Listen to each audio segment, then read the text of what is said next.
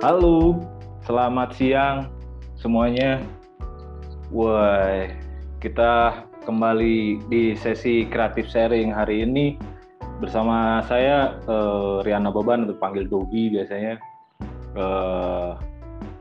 Kita di kreatif sharingnya Lord, ya, serial sedulur sebidang. Wah, gue di spotlight nih. Oke, mantap. Sedulur sebidang episode keempat kalau tidak salah ingat ya. Apa sih sebenarnya kalau misal ada yang nanya, kemarin ada sempat yang nanya itu apa sih sedulur sebidang dari programnya Lord ini. Oke, jadi sebenarnya Lord sendiri itu memiliki banyak program reguler,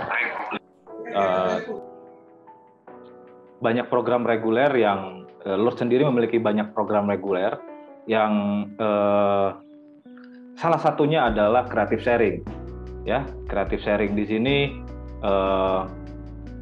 ada 3, kita bagi ke dalam 3 sub, yaitu pertama sedulur sebidang. Sedulur sebidang itu adalah seperti serial hari ini, yaitu sedulur sebidang adalah creative sharing di mana kita melibatkan pembicara dari luar DKV Unika yang berkiprah masih dalam satu lingkup DKV, ya, bidang keilmuan DKV, dan dia seorang praktisi gitu ya, sudah membuktikan dirinya di luar. Itulah sedulur sebidang. Kemudian kami juga ada sedulur kampus, itu bisa dari berbeda bidang tapi berkaitan dengan isu di dalam DKV. Misalnya kita akan memanggil dari akademisi lain atau praktisi dari bukan DKV, misalnya seperti itu. Terus kemudian ada lagi juga untuk semacam untuk mahasiswa lah, mengaktifkan mahasiswa DKV Unika yang dirasa meskipun masih mahasiswa, tapi dirasa masih sudah memiliki kiprah di luar gitu ya, di dunia praktik di luar, pengalaman di luar, sebagai misalnya dia adalah ilustrator, komikus, atau desainer, fotografer gitu, meskipun dia masih mahasiswa. Nah, itu diberikan nama keluar kandang. Jadi ada 3 creative sharing: sedulur sebidang, sedulur kampus, dan keluar kandang. Nah, hari ini sedulur sebidang hari ini kita sudah mengundang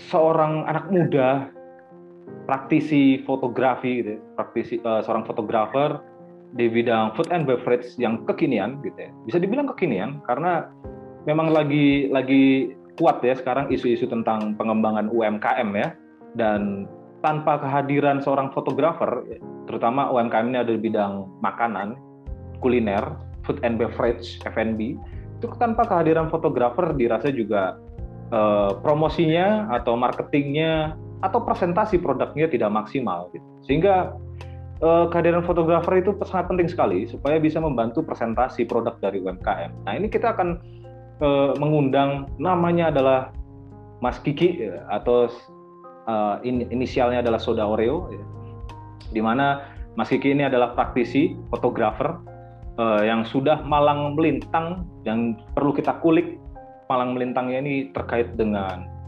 dunia fotografi, food and beverage gitu ya. Gimana sih supaya bisa mempresentasikan produk itu lebih maksimal untuk mengembangkan UMKM. Wah, ini menarik dengan isu-isu sekarang ya. Suara apa itu? Oke. Sorry, kaget saya. Oke, mungkin lebih baik saya panggil dulu moderator hari ini. Sebelum pembicara, saya panggil dulu moderator hari ini, ada Tio Septiadi dan Ega Dia dari Lord. Walau mantap. Wah. Oke. Di spotlight juga, Bro. Lord, gue salah. Kena pecat nanti saya kalau panggil Bro. Oke. Jadi saya ini satu angkatan. Bersama dengan Lord Tio dan Lord Ega itu kami satu angkatan. Ya, muka tua aja ini ya. Dan kelihatan nggak kompak nih, background saya nggak bisa, tapi ya it's okay lah ya. Karena tadi udah dicoba, tapi jadinya muka saya putih. Ya, okay. Online. Halo Lord Tio, Lord Ega, sehat ya? Halo, sehat-sehat. Alhamdulillah. Lur Tian gimana? Sehat kan dia? Nggak sehat ini, backgroundnya beda sendiri nih. Waduh. Nggak apa-apa ya? Nggak apa-apa dong. Daripada muka putih, bro. Lur. Santai. Formatnya hari ini always santai. Always santai. Thank you. Always santai. Thank you untuk toxic positivity-nya ya. Oke, Lord, ini kita mau ngobrol apa sih ini, Lord? Tadi kan saya sudah sedikit kasih teaser obrolan hari ini. Saya pengen tahu dari moderator itu kenapa merekomendasikan Soda Oreo atau Mas Kiki ini. Oke, tapi sebelumnya aku pribadi mau menyambut sedulur-sedulur yang sudah bergabung. Terima kasih. Sudah menyempatkan waktunya ya. Salam sehat dan tetap semangat para sedulur. Oke, sebenarnya mungkin boleh kali ya kita flashback kemarin kan kita sempat diskusi juga kan. Iya. Di sebidang juga episode 3 kemarin tuh. Kalau kemarin tetap di field yang sama, fotografi. Kita kemarin ngebahas topik tentang bagaimana melihat menelisik lah ruang dan peluang dalam fotografi itu sendiri sama kelas pagi Jakarta gitu. Yeah. Okay. Nah, sekarang kita lebih mengerucutkan lagi nih di sedulur sebidang episode 4 dengan praktisi narasumber kita nih Mas Kiki atau Soda Oreo. AKA Soda Oreo. Oke, mantap. AKA oke. Boleh masuk. Brong banget, bro. Oke, Lord Soda ya, Lord Kiki ini akan membahas topik. Kita bakal banyak diskusi tentang eksplorasi dahulu, jepret kemudian. Tapi jepretnya ini bukan pakai sarung ya. Pakai kamera. Aduh. Pakai kamera. Tapi dia salah tangkap gitu. Garing, Lord. Wah. Jadi ya artinya di sini kita bakal berdiskusi dan menanggapi tentunya mengenai sejauh mana sih batas eksplorasi dalam fotografi di bidang F&B ini gitu. Oke. Dan nanti juga kita meliputi elemen-elemen yang berkaitan tentang disiplin ilmu fotografi juga tentu ya gitu. Tapi mengerucut di F&B ya gitu ya. Kita mau bicarakan juga nanti bagaimana teknis non teknisnya gitu. Oke. Gitu nah, sih. Ini yang saya dengar Lord Kiki ini, Lord Soda ini, ya kan, itu diundang oleh Lord Ega karena dulu Lord Ega pernah dalam satu atmosfer, satu circle yang sama ketika Lord Ega magang, betul ya, kerja profesi. Mungkin Lord Ega bisa bantu juga nanti. Gimana ini, Lord Ega penjelasannya? Ini kedengaran suaranya. Dengar banget, merdu banget. Tadi ya benar apa yang kata Lord Tio itu ya, Lord Tio sampaikan barusan. Sekarang tuh lagi isu-isu terkini tuh ya seputar UMKM. Nah, gimana sih kita bisa? Bentar. Itu gue bukan Lord Tio. Belum selesai. Belum selesai nih, belum.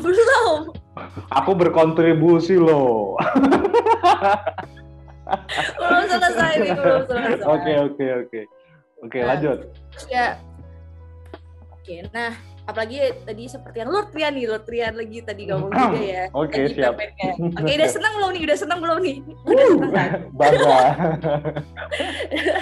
Oke, yang juga tadi Lord Trian sama Lord Trian sampaikan kayak kondisi sekarang PPKM yang emang kita keterbatasan untuk melakukan sesuatu ya. Kenapa sih kita nggak coba aja nih kita manggil praktisi ini si Lord Soda nih buat sharing-sharing nih biar UMKM atau orang-orang di luar sana tuh tahu nih gimana sih cara memanfaatkan gear yang ada, apalagi smartphone gitu ya, buat bisa membuat foto produk dan mempromosikan produk mereka melalui fotografi smartphone itu sendiri kayak gitu. Dan karena pas itu aku juga sempat satu tempat magang.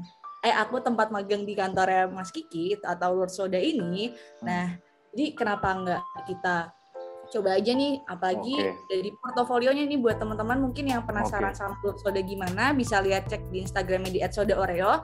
Dari foto portofolionya sendiri aja tuh udah yang wah ini ini bisa nih buat ngisi sedulur sebidang episode 4 kali ini. Oke, berarti emang itu tadi ya, kita sudah relate dengan isu terkini yaitu pengembangan UMKM ya, pengembangan usaha UMKM, dan kita hadirkan langsung oleh praktisinya yang mengulik-ngulik kuliner atau food and beverage-nya UMKM. Betul nggak ya? Betul lah ya. Coba ya teman-teman, sekali lagi ini online,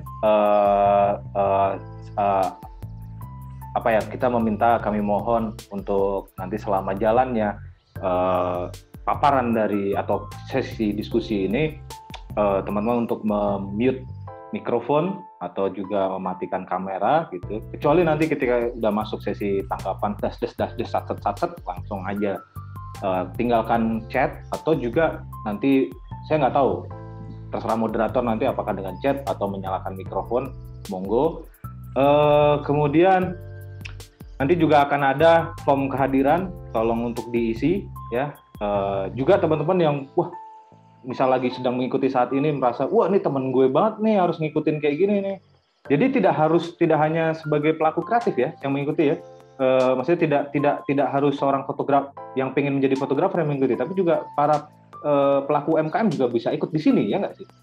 Siapa tahu nanti terkoneksi, betul nggak sih? Terkoneksi, terlink kan, sehingga tercipta proyek-proyek baru. Jadi bisa ada wawasan baru, pengalaman baru, hingga ada proyek-proyek baru.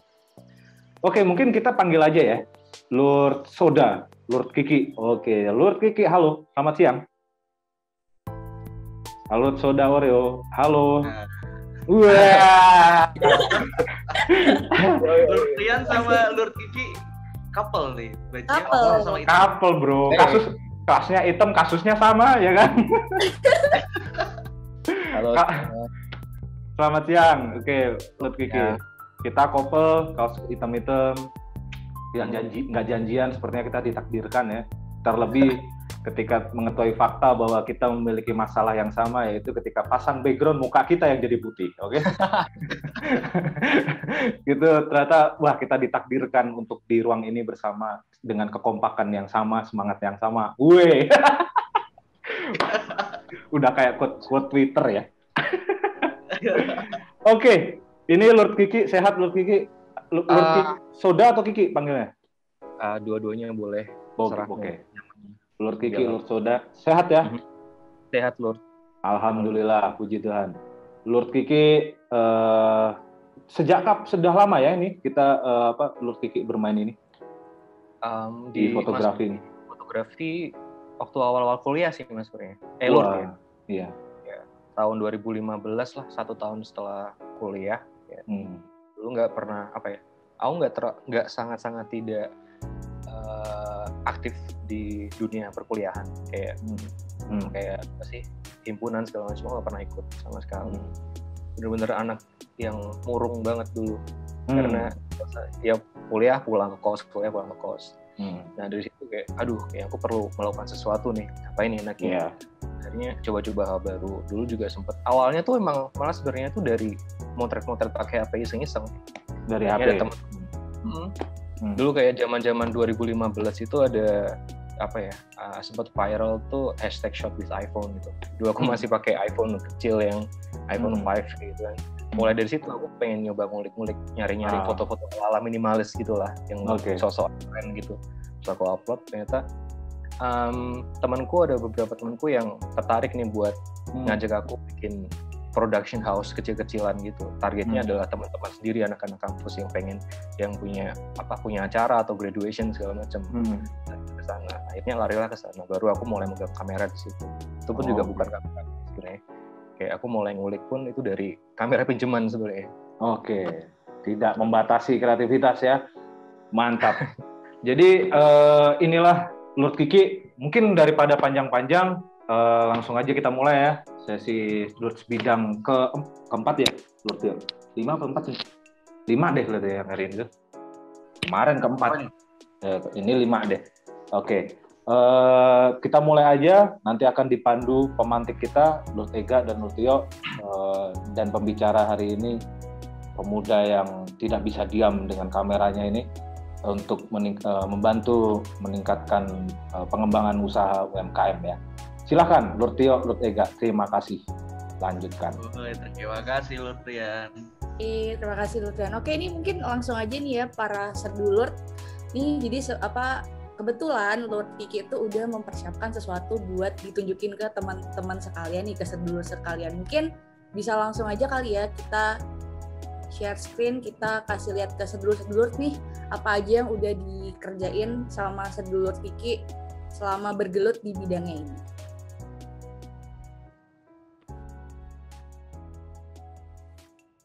Oh, ini aku ngomong nih. Ya oke, langsung aja. Oke. Silakan Lord Kiki. Silakan dipersilakan ini. Sekilas doang dari beberapa kerjaan yang udah pernah dari awal aku mulai masuk ke dunia fotografi sampai sekarang. Jadi dulu sempat aku awalnya aku sekarang kan lagi ada di satu agensi, aku sebagai fotografer di situ. Nah sebelum aku di agensi nih kayak journey aku dari awal sebelum aku masuk ke agensi. Nah, jadi kalau kalian lihat itu di work experience-ku ada mulai dari 2017 itu aku menerima istilahnya gaji pertamaku tuh di situ dari fotografi. Aku mulainya dari Kedai Agan. Tuh dulu ada ya nggak jauh-jauh dari F&B sebenarnya. Aku mulai foto itu dari F&B itu dari tahun 2017. Sebelumnya dari tahun 2015 itu aku baru explore doang nih, kayak lagi nyari-nyari nih enaknya aku nyamannya di mana. Nah, mulailah dari Kedai Agan itu. Satu coffee shop zaman-zaman segitu tuh dulu masih minim banget coffee shop. Semarang tuh masih jarang banget ada coffee shop. Beda sama sekarang kan udah gila banget, sampai pusing tiap hari ada open coffee shop baru kan. Nah, dari Kedai Agan, terus lanjut ke beberapa tahun setelah itu, yang terakhir itu proyeknya yang aku ambil itu dari Bisco. Ya sama, kayak ngerjain konten, foto-foto. Aku motret di outlet untuk keperluan konten di Instagram outlet tersebut. Gitu. Nah, habis dari experience-ku di luar, akhirnya aku memutuskan buat tertarik buat kayaknya aku capek nih kayak kerja sendirian kan. Aku pengen kerja as a team nih. Akhirnya aku nyari-nyari nih. Aku sempat dulu selama aku beberapa tahun sebelum aku masuk ke agensi ini namanya Kosakata Visual. Aku sempat ngelirik dia karena waktu itu ada sebuah momen workshop. Jadi Kosakata Visual ini ngadain suatu workshop terus aku ikutan kan. Dari workshop mereka tuh aku tertarik gitu loh. Wah, kayaknya asik nih kalau aku bisa gabung sama orang-orang kayak mereka, karena aku ngelihatnya tuh pertama mereka tuh kayak orang-orang keren banget gitu. Gila ini orang dari segi motretnya keren, terus dari kontennya keren, dari cara delivery-nya pun aku tertarik gitu. Nah, dari situ aku mulai buat aku kayaknya harus as a team sih, nyoba buat hal baru kan. Nah, dari situ aku cuman awalnya ngelirik doang kan, nggak ada pikiran buat masuk ke sana, cuman kayak ngelihatnya gila keren banget. Tiap aku ke salah satu coffee shop. Jadi ceritanya, ini aku agak cerita ya, maksudnya ada intermezzo. Jadi Kosakata Visual ini dulu belum ada kantor sebenarnya, dan mereka sering ngadain meeting. Itu dulu di salah satu coffee shop yang aku sering ke situ juga. Dan ternyata mereka tuh membawahi konten-konten di Instagramnya outlet itu. Jadi tiap mereka meeting itu selalu ke situ. Jadi kayak coincidence banget, aku udah pernah ikut workshop dia, terus akhirnya tiba-tiba ngelihat mereka datang ke coffee shop itu tiap hari ke situ, dan aku ngelihat gila cara mereka jalan, cara mereka diskusi tuh aku ngelihat dari jauh, gila, keren banget, aku harus ke sana kayak. Setelah itu tuh aku ngerasa itu cita-citaku deh kayaknya, aku pengen masuk ke situ. Nah dari situ aku mulai ngulik informasi soal ini kan, agensiku ini. Akhirnya ketemulah, ngobrol sama orang, kenal sama salah satu anak agensi ini, terus akhirnya dari situ aku mulai buat approach, dan akhirnya tergabunglah di agensi ini. Nah, ini udah berjalan sekitar 2 tahun dari awal aku mulai masuk agensi ini, dan aku mulai berproses di situ. Aku mulai mematangkan diriku di situ sampai sekarang. Nah, ini ada beberapa project yang udah aku sempat ambil yang di agensi itu, Kosakata Visual. Ada lumayan lah. Ini aku udah beberapa kali ambil konten-konten mereka. Bisa dilihat ada Atlas, ada Antara Kata. Kalau orang Semarang pasti tahu ya Antara Kata, terus Serambi, terus yang lumayan tuh lagi ya, Manakala, Dua Kopi, dan segala macamnya. Nah, sekarang aku mau kasih lihat, coba di next. Nah, ini salah satu, aku ngasih nggak banyak ya, cuman salah satu glimpse saja portofolio dari outlet yang udah pernah pegang. Ini outletnya namanya Serambi, kalau ada yang udah tahu. Outlet itu ada di lupa, Jalan apa ya? Lupa lah, di Jalan Atmodirono. Ya pokoknya gitulah, pokoknya namanya Serambi Semarang. Nah, jadi konten-kontennya tuh aku lebih nge-highlight di kayak semacam upselling produknya. Jadi nge-highlight produknya, ada beberapa foto produk di situ, terus ada ambience-nya, ambience dari outletnya, terus ada ambience dari customer-nya, ada juga ambience dari karyawan-karyawannya, barista-baristanya. Jadi gak jauh-jauh dari konten-konten yang outlet itu sebenarnya pengen pamer apa sih di outlet itu, apa aja sih yang ada di dalam outlet itu, biar buat tertarik orang buat akhirnya keputusan pembelian akhirnya itu merujuk ke keputusan pembelian dari customer di luar sana yang belum tahu. Lanjut, next. Ini yang cukup menarik sih buat aku. Aku dulu tuh sempet ini aku cerita lagi ya. Aku tuh suka banget nyamain tone warna sebenarnya. Jadi segimanapun aku pengen ngasih satu karakter buat tiap outlet tuh mereka punya karakter yang beda-beda. Nah, terutama maininnya itu pakai warna. Nah, sedangkan kira-kira warna apa yang ada yang menonjol di outlet itu biar jadi karakter mereka. Jadi tiap orang nggak usah di scroll Instagram dan mereka tuh nggak usah ngelihat ID-nya. Mereka tuh sekalian tuh langsung tahu, oh ternyata ini tuh outlet ini loh. Karena apa? Karena karakter itu udah terbentuk gitu. Nah, salah satu mainin karakter itu dari warnanya sih. Jadi ini warnanya hijau semua kan. Jadi gampang buat identitinya itu dibaca. Nggak usah kamu harus scroll dan ngelihat ID-nya pun, kamu langsung udah tahu ini outlet ini yang upload. Gitu. Lanjut. Nah, selain aku motret F&B, sebenarnya aku ambil kerjaan motret potret juga sih kayak gini. Ini motret produk-produk dari beberapa apparel. Yang aku ambil kasih contoh di sini adalah darts yang sebenarnya yang punya tuh temanku sendiri. Jadi enak aja, kayak tektokannya enak. Jadi briefnya dia kayak gimana, aku langsung eksekusinya enak. Nah, ini salah satu contoh yang ini foto produknya yang benar-benar menurutku ini biasa karena emang benar-benar background putih dan udah orang berdiri doang di situ tanpa ada konsep, tanpa ada apa-apa. Nah, sederhananya kayak gini. Next. Nah, yang kedua ini agak sedikit effort karena kita harus ngobrolin soal konsep segala macam. Nah, akhirnya implementasinya kayak gini. Contohnya. Ini lebih ke foto namanya? Konseptual atau sih sebutannya aku lupa. Aku nggak terlalu paham soal teori ya. Yang penting aku ngelihat visualnya bagus aja udah. Intinya kayak gitu. Aku jadi nggak perlu tuju sama satu teori atau gimana. Jadi mungkin nanti kalau misalnya ada yang tanya-tanya, kalau soal teori aku sangat-sangat minim banget karena aku jarang juga baca teori. Aku lebih mostly explore dulu sih bener-bener. Kira-kira yang enak tuh kayak gimana sih, yang fotonya kayak gimana. Istilahnya intinya pokoknya yang enak dilihat aja. Kayak gitu. Next.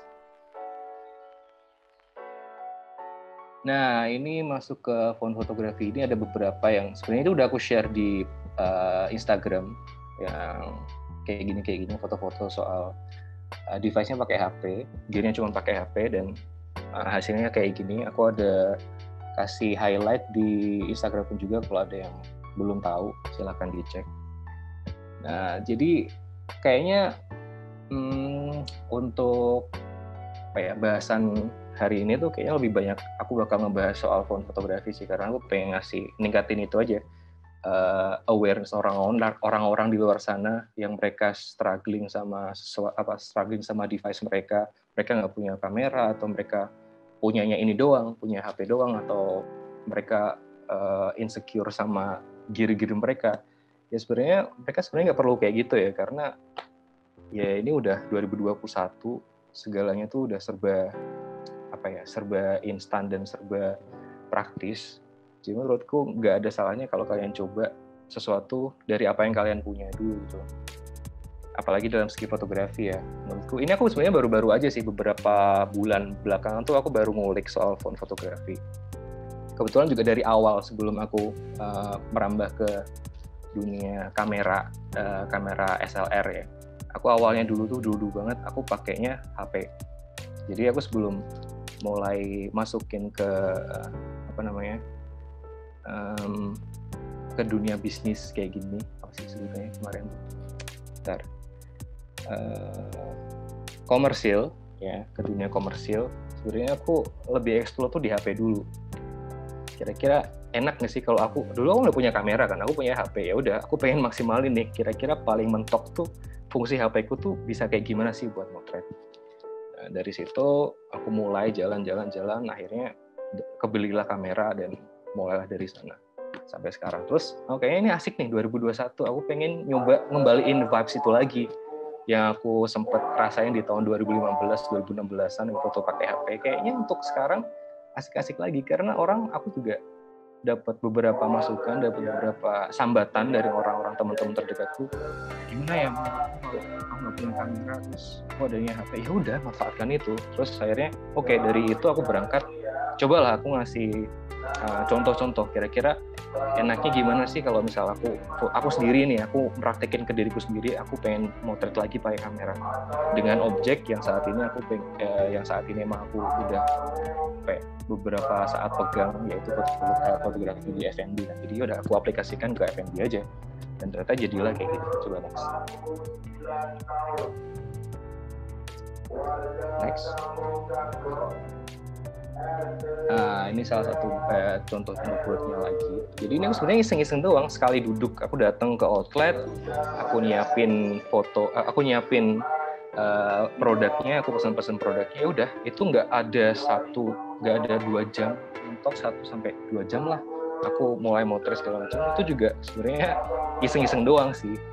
Cuman iseng-iseng yang iseng-iseng yang diseriusin, karena even iseng menurutku untuk motret pun kalian harus tahu teknik-tekniknya, terutama kayak komposisi, terus apa dari produk itu yang pengen ditonjolin, dan apa informasi yang pengen kalian sampaikan ke audiens ketika audiens melihat foto itu. Nah, semua ini benar-benar purely dari HP dan aku edit pakai Lightroom mobile doang, jadi benar-benar 100% tuh produksiku dari HP semua. Sampai akhirnya jadi mood kayak gitu. Next. Nah, ini sedikit konseptual fotografiku yang sebenarnya aku punya 2 account di Instagram kalau aku boleh cerita. Akun pertama aku yang buat F&B, yang kedua itu yang buat namanya Hauntery. Hauntery itu accountku yang aku khususkan buat foto-foto portofolioku, purely portofolio yang nggak ada bisnisnya.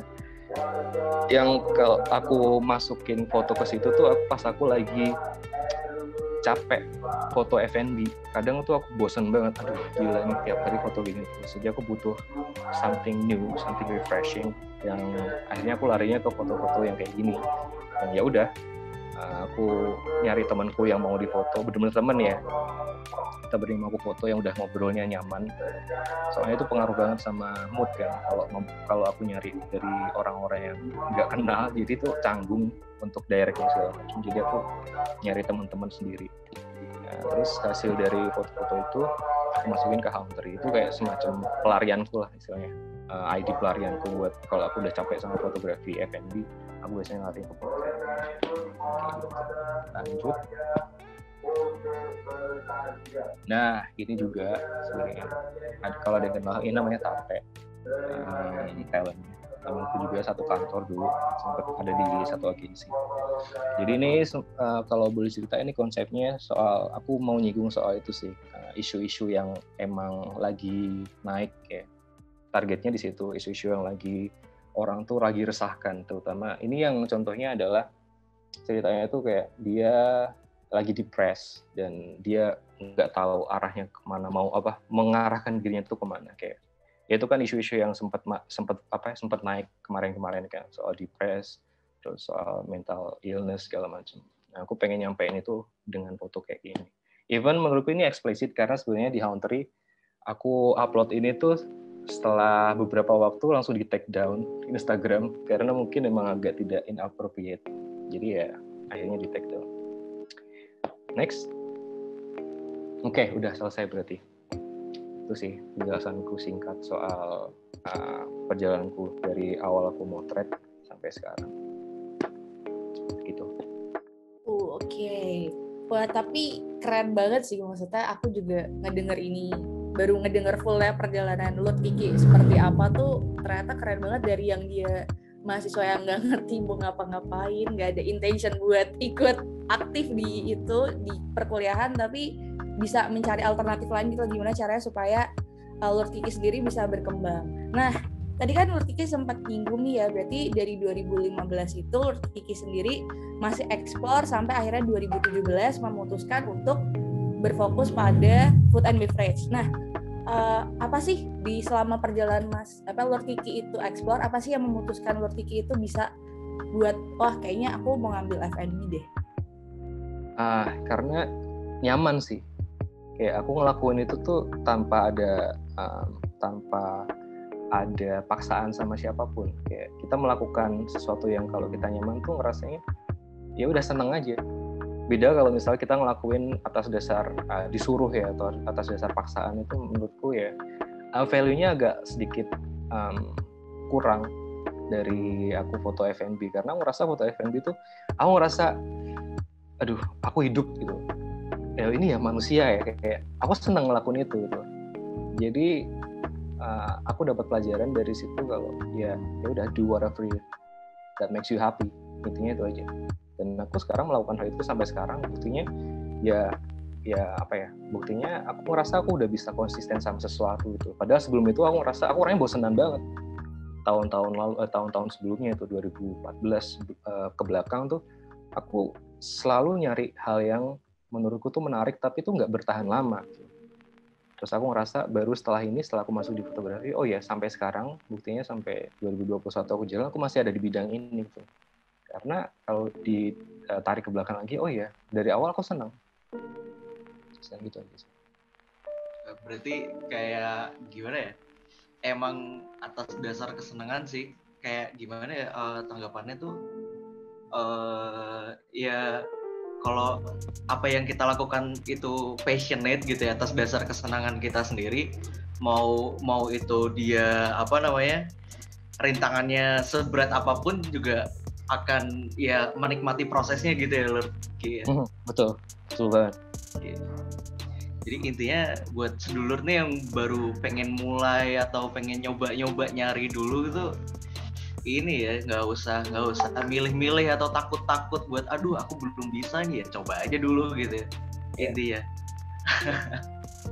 Oke, terus ada Lur Tega mau nanya apa lagi nih Lur? Ini asik banget ya, maksudnya topik kali ini tuh sangat asik untuk dibahas terkait isu-isu terkini juga. Nah, gini, ini kan sekarang udah 2021 nih ya Lord Kiki ya. Nah, dan seterusnya tuh pasti kita akan dihadapkan dengan perkembangan teknologi yang pasti kemajuannya tuh pesat banget. Nah, menurut dari Lord Kiki sendiri tuh bisa nggak sih smartphone tuh jadi gear buat kita nih, apalagi para pemula yang bakal fokus di bidang fotografi, buat berkonsentrasi gitu loh, kayak yang Mas Kiki lakuin sekarang? Oke, menarik sih. Itu sebenarnya udah ada di bahasan kemarin ya. Cuman aku pengen ada sedikit perspektif yang beda yang aku pengen sampaikan. Kalau kemarin kan bahasan yang kemarin sama kelas pagi itu memungkinkan, cuman dari limitation dari smartphone itu nggak bisa di-compare sama kamera yang sekarang ada, kamera SLR atau DSLR atau mirrorless sekarang ya. Tetap nggak bisa dibedakan karena emang kamera itu udah ada dari sejak tahun berapa, 1000 sekian lah. Sedangkan smartphone kan baru ada fitur kamera itu dari tahun 2010 ke atas kan. Jadi untuk di-compare menurutku nggak bisa sih. Maksudnya bukan apple to apple ya. Cuman kalau untuk sekarang peluang dari smartphone itu bisa memungkinkan untuk digunakan sebagai sebagai device buat menunjang bisnis kalian gitu. Karena even emang dari sejarahnya pun dari HP sama kamera emang nggak bisa disamakan, maksudnya nggak bisa di-compare, tapi menurutku dari segi teknologi yang udah ada, dari segi praktisnya, dari segi hasilnya, menurutku masih cukup. masih cukup buat buat daily driver kita sebagai bahan untuk menunjang bisnis kita, itu masih cukup sih. Karena itu udah terjadi sama banyak orang, itu udah diimplementasikan oleh banyak orang di luar sana gitu loh. Banyak kok yang yang mereka punya usaha-usaha kecil gitu, mulai dari foto-foto even seadanya. Menurutku foto-fotoku juga itu seadanya kan, tapi aku mencoba untuk memaksimalkan aja apa yang teori-teori yang aku dapat dari fotografi, aku terapkan ke situ. Intinya ke situ doang gitu. Maksudnya sesimpel menerapkan teori yang udah ada, cuman dengan perantara yang berbeda. Intinya cuman itu. Meskipun batasan-batasannya tetap ada gitu. Maksudnya nggak bisa sekompleks yang kamu dapatkan ketika kamu motret pakai kamera pakai kamera DSLR atau SLR atau mirrorless. Pasti selalu ada batasan. Cuman untuk menunjang ya masih bisa untuk dipakai, itu pun menurutku itu udah cukup bagus banget, bukan cukup ya, udah bagus banget gitu. Bergantung kita aja. Bergantung sekarang, intinya bergantung sama skill yang kita punya aja. Kita mau ngulik atau enggak. Kayak jam terbang kita itu sangat-sangat mempengaruhi kan. Karena kan semua itu bermuara dari situ, dari pengetahuan kita soal apa sih sebenarnya kamera itu, fungsi dari kamera itu apa. Kayak gitu. Oke, tadi Lur Kiki sempat menyinggung pasti ada batasannya. Nah ini mungkin dari aku pribadi atau mungkin dari sedulur yang mau nonton juga penasaran juga nih, maksudnya batasannya tuh seperti apa yang bisa dibilang batasan smartphone sampai sejauh ini dan DSLR sampai sejauh ini, apakah hanya dilihat dari nilai fungsionalnya, kamu mau bikin apa dulu nih, apa kayak gitu atau gimana nih Lur? Betul, tujuannya dulu sih, kamu pengen foto apa, kamu pengen bikin foto yang seperti apa. Batasannya adalah pertama yang ini as I know ya, yang aku tahu aja ya. Dari segi yang paling penting adalah dari sensor sih. Ini kalau kita ngomong soal gear-nya, benar-benar yang ada di dalam gear-nya, dari sensor kamera pun ya kamera sekecil itu, sensor kamera HP pun sekecil itu gitu loh ukurannya ya. Sedangkan kalau kita compare langsung sama kamera yang full frame, ada DSLR yang full frame itu kan udah segede itu, jadi udah kelihatan banget kontrasnya. Maksudnya batasannya adalah di situ. Smartphone dia bisa memotret dengan hasil yang bagus, cuman ya kalau dibandingkan sama kamera ya kualitasnya bakal lebih jauh dari kamera, dan eksplorasinya untuk editing apalagi di kamera kan ada fitur raw file kan, itu bisa dieksplor lebih luas lagi. Kalau smartphone kan emang dia serba digital dan serba menurutku kesannya tuh gini, aku ngerasa smartphone itu kalau bisa dibilang analoginya adalah kalau kamera SLR dan kamera profesional itu organiknya, dan kalau smartphone itu versi non organiknya, versi praktisnya, versi lightnya. Paham nggak sih? Ya itulah yang aku rasain sih. Ya udah kayak semacam istilahnya kalau bisa dibilang, kalau dianalogikan lagi, itu tuh kamera digital, kamera yang profesional itu masuknya, kalau aku ngerasain kayak aku megang kamera jadul, kamera 35 mili yang ada raw filmnya, itu sebagai kamera yang benar-benar fully manual. Kalau yang HP itu aku mikirnya point and shot. Tahu nggak sih point and shot yang sekali? Tuh nggak usah ada mikir apa-apa, itu udah benar-benar otomatis gitu loh. Karena emang serba otomatis. Di kamera HP untuk eksplorasi manual tuh menurutku masih minim, masih banyak batasan, masih terbatas. Kayak gitu. Oke, menarik banget ya buat sedulur-sedulur. Oh ya, buat sedulur yang pengen tanya, bisa langsung raise hand atau open mic, atau mungkin bisa ninggalin pertanyaan di kolom komentar. Ini kayaknya ada beberapa yang udah tanya deh ini. Boleh kali ya kita sambil jawabin pertanyaan sedulur-sedulur nih. Ada nih dari Lord Trian Nababan. Katanya tanya dong Lord, boleh dong nih Lord Trian open mic. Oke. Seperti biasa pancingan ya, ikut MC soalnya menarik, jadi merasa ingin ikut bertanya gitu ya, dengan materi Mas salah lagi, ntar dipecat lagi ya kan, dari Lord Kiki. apa namanya tadi, Lord Kiki mengatakan bahwa Lord Kiki mengawalinya tahun berapa tadi, 2015 ya? 2015. Oke, dengan F&B ya. Sorry, awalnya bukan F&B, apa dulu gitu, apa dulu baru kemudian ke F&B. Terus sekarang konsistennya cenderung, kalau bisa dilihat konsistennya lebih ke F&B sekarang. Pertanyaannya mendasar, kenapa dari semua itu, dari berbagai lini fotografi, jatuh hatinya terus kemudian ke F&B dan kemudian ditekuni, ya kan? Terus pertanyaan kedua ya, ketika menekuni itu berhubungan dengan klien dong, ya kan? Berhubungan dengan klien. Apa sih yang dilakukan step by step-nya istilahnya, yang dilakukan umumnya yang dilakukan sepengalaman Lord Kiki ketika berhadapan dengan klien atau produk klien gitu. Maksudnya bagaimana perlakuan apa aja yang dilakukan oleh Lord Kiki ketika dengan produksi klien ini gitu. Terutama dengan F&B ini. Dan misal ada biasa terjadi begini, ini bakal ngapain, ini kalau ini gini, ini bakal ngapain, apa yang perlu dilakukan. Kita perlu tahu step-step yang dilakukan oleh Lord Kiki selama berhadapan dengan produk klien. Thank you. Oke, jadi yang pertama, kenapa aku bisa jatuh hati sama F&B? Karena yang aku rasain, aku lebih bisa lebih nyamannya tuh karena ini.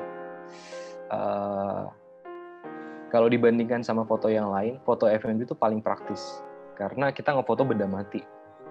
Maksudnya ke still life kan. Gimana caranya kita mendeliver foto itu yang awalnya itu sebenarnya benda mati, tapi orang tuh bisa ngasih value lebih dari foto itu sendiri. Jadi yang aku suka dari F&B adalah karena dia benar-benar mati dan kita tuh bisa kita bisa ngeset mereka tuh segimana yang kita mau gitu. Makanya itu pentingnya styling. Food styling tuh penting. Sebelum kita foto kita harus nata nih. Makanya aku agak lama kalau misal foto di F&B karena tuh lamanya tuh di stylingnya. Aku harus geser ke sini. Kalau aku balik lagi ke spotku, kayaknya ini masih number sih. Aku harus ganti lagi. Itu makan waktu yang lumayan lama. Cuman serunya di situ menurutku. Dari aku geser-geser segala macamnya, kayaknya nempatin ini asiknya di sini, ini enaknya di sini. Itu sense-ku tuh untuk styling tuh makin terasa kayak jadi aku setelah terjadi itu berkali-kali, aku jadi tahu nih maksudnya apa yang harus aku lakukan ketika aku dihadapkan sama produk yang baru, produk yang lain dari klien yang lain gitu. Jadi aku nggak perlu mikir panjang, aku udah ke record semua di otakku. Oh ternyata gini enaknya gini. Kalau ada produk yang kayak gini berarti aku harus foto kayak gini. Gitu menurutku menyingkat waktu sih. Yaitu balik lagi jam terbang. Nah itu sih asiknya ya. Asiknya adalah ya aku bisa bisa memanipulasi mereka semauku gitu. Beda sama foto portrait atau gimana. Aku kan nyuruh mereka buat melakukan sesuatu yang mungkin nanti itu bakal ada miskomunikasi di situ. Aku pengennya gini, aku udah deliver ke dia, tapi ternyata talentku nangkapnya kayak gini. Itu cukup banyak effort di situ fotonya. Makanya aku merasa aku lebih enak foto di F&B ya karena dia lebih praktis aja. Terus yang kedua, soal apa tadi? Soal klien ya. Cara step by stepku komunikasi sama klien tuh ya awalnya ya pasti aku nanyain kebutuhan mereka apa. Kebutuhan fotonya kayak gimana, referensinya kayak gimana. Referensi aku selalu jalan dari referensi. Aku nggak bisa jalan kalau klienku nggak punya referensi sama sekali soal produk mereka sebenarnya mau difoto kayak gimana. Aku selalu mewajibkan sama klienku kalau yaudah kasih aku referensi, nanti aku bisa kembangkan. Syaratku ada referensi. Soal kemarin, aku sempat kemarin tuh kan yang webinar yang sebelumnya kan banyak notes dari pembicara dari Mas kelas pagi. Itu nyinggung soal banyakin referensi, itu betul banget. Karena aku selalu mendasar dari situ. Aku selalu berangkat dari referensi, selalu. Makanya bisa dibilang referensi itu. Kalau aku nggak ada referensi, aku mungkin nggak bakal bisa motret. Karena aku selalu clueless kalau aku motret. Tiba-tiba kayak gini, let's say ada outlet nih. Ada outlet, pengen aku foto langsung hari ini juga, aku ke outlet itu datang foto. Terus aku nggak dapat brief apa-apa, aku cuma disediain produk dan mereka let me to explore. Menurutku itu cukup menyulitkan aku karena nggak ada visual yang sebenarnya mereka pengen tuh seperti apa. Kayak mereka melimpahkan semua beban itu ke aku. Itu menyusahkan sih menurutku. Jadi balik lagi, aku ngasih tahu klienku buat kasih aku reference. Segampang itu. Kalian pengen kayak gimana sih? Kayak contoh-contoh yang kalian mau tuh seperti apa? Foto-fotonya kan banyak tuh. Pasti mereka kan punya, outlet ini misalnya, saya outlet burger. Aku pengen foto burgerku tuh pengen kayak foto burger ini loh. Sesimpel itu sih. Dari situ aku baru bisa berimajinasi. Aku ngolah imajinasiku. Enaknya gimana? Nah, habis itu apa ya? Kayaknya itu doang sih. Dari reference akhirnya aku kembangin. Oh iya, aku kasih mood board dulu. Selalu bakal ada mood board kayak sebelum aku eksekusi, mood board kasar. Jadi mood board itu kumpulan dari foto-foto referensi. Kira-kira tuh angle-nya kayak gini loh. Saya aku ngasih 9 foto nih yang aku udah tata. Kira-kira tuh fotonya nantinya tuh bakal jadi seperti ini. Dan isi kontennya, karena aku ngerjain konten di Instagram. Persatuan foto itu kontennya apa? Mereka dapat informasi itu. Jadi aku ngasih mood board yang isinya tiap foto itu udah ada isi kontennya. Makna dari mereka posting foto itu tuh apa? Kayak let's say, ini burger, ini upsell burger ini, let's say burger A. Oke, ini burger A, posisinya kayak gini, in frame-nya seperti ini, terus gesturnya seperti ini, semacam itu. Jadi detail dari in frame foto yang aku coba pengen kasih ke mereka. Intinya itu aja. Terus setelah kasih mood board, aku langsung eksekusi di hari itu. Besoknya aku langsung edit segala macem. Habis itu udah langsung semua foto aku masukin drive, ya udah aku share ke mereka, payment selesai, beres. Kayak gitu. Oke. Nah, sudah terjawab Lord Rian tadi mana ya? Halo, aman. Aman ya. Terima kasih Lord Tiki. Terima kasih. Sudah bertanya. Nah, ini ada yang tanya nih dari Louis Presiden di kolom komentar. Boleh aja kali Louis Presiden langsung on mic aja kali ya biar ngobrol gitu. Langsung tanyain langsung gitu. Louis Presiden mana Louis Presiden? Boleh langsung tanyain aja on. Yo, wow, gaul banget. Ya, halo Lord Soda, saya ingin bertanya Mas. Silakan. Ya ini kan tentang fotografi smartphone itu kan smartphone itu kan basic sekali ya Mas. Seperti misal di Instagram moto awan, terus moto gedung-gedung. Bahkan kita kaum awam, kaum Instagram malah bisa ngedit sendiri, bisa nge-layout sendiri gitu loh. Nah jadi kami nih teman-teman juga di Instagram pinter-pinter moto dan nge-layout Instastory gitu. Nah lalu yang menarik di sini, tadi Lord Soda sempat membahas tentang pakai smartphone kebeli kamera. Nah itu saya ingin tahu Mas, Lord, awal-awal saat Lord pakai smartphone itu klien awalnya tuh ceritanya seperti apa gitu. Oh. Jadi misal kami dari yang moto gedung, kami yang moto langit. Nah ternyata kami juga bisa seperti Lord Soda gitu kan. Nah awal-awalnya seperti apa Mas Lord? Terima kasih.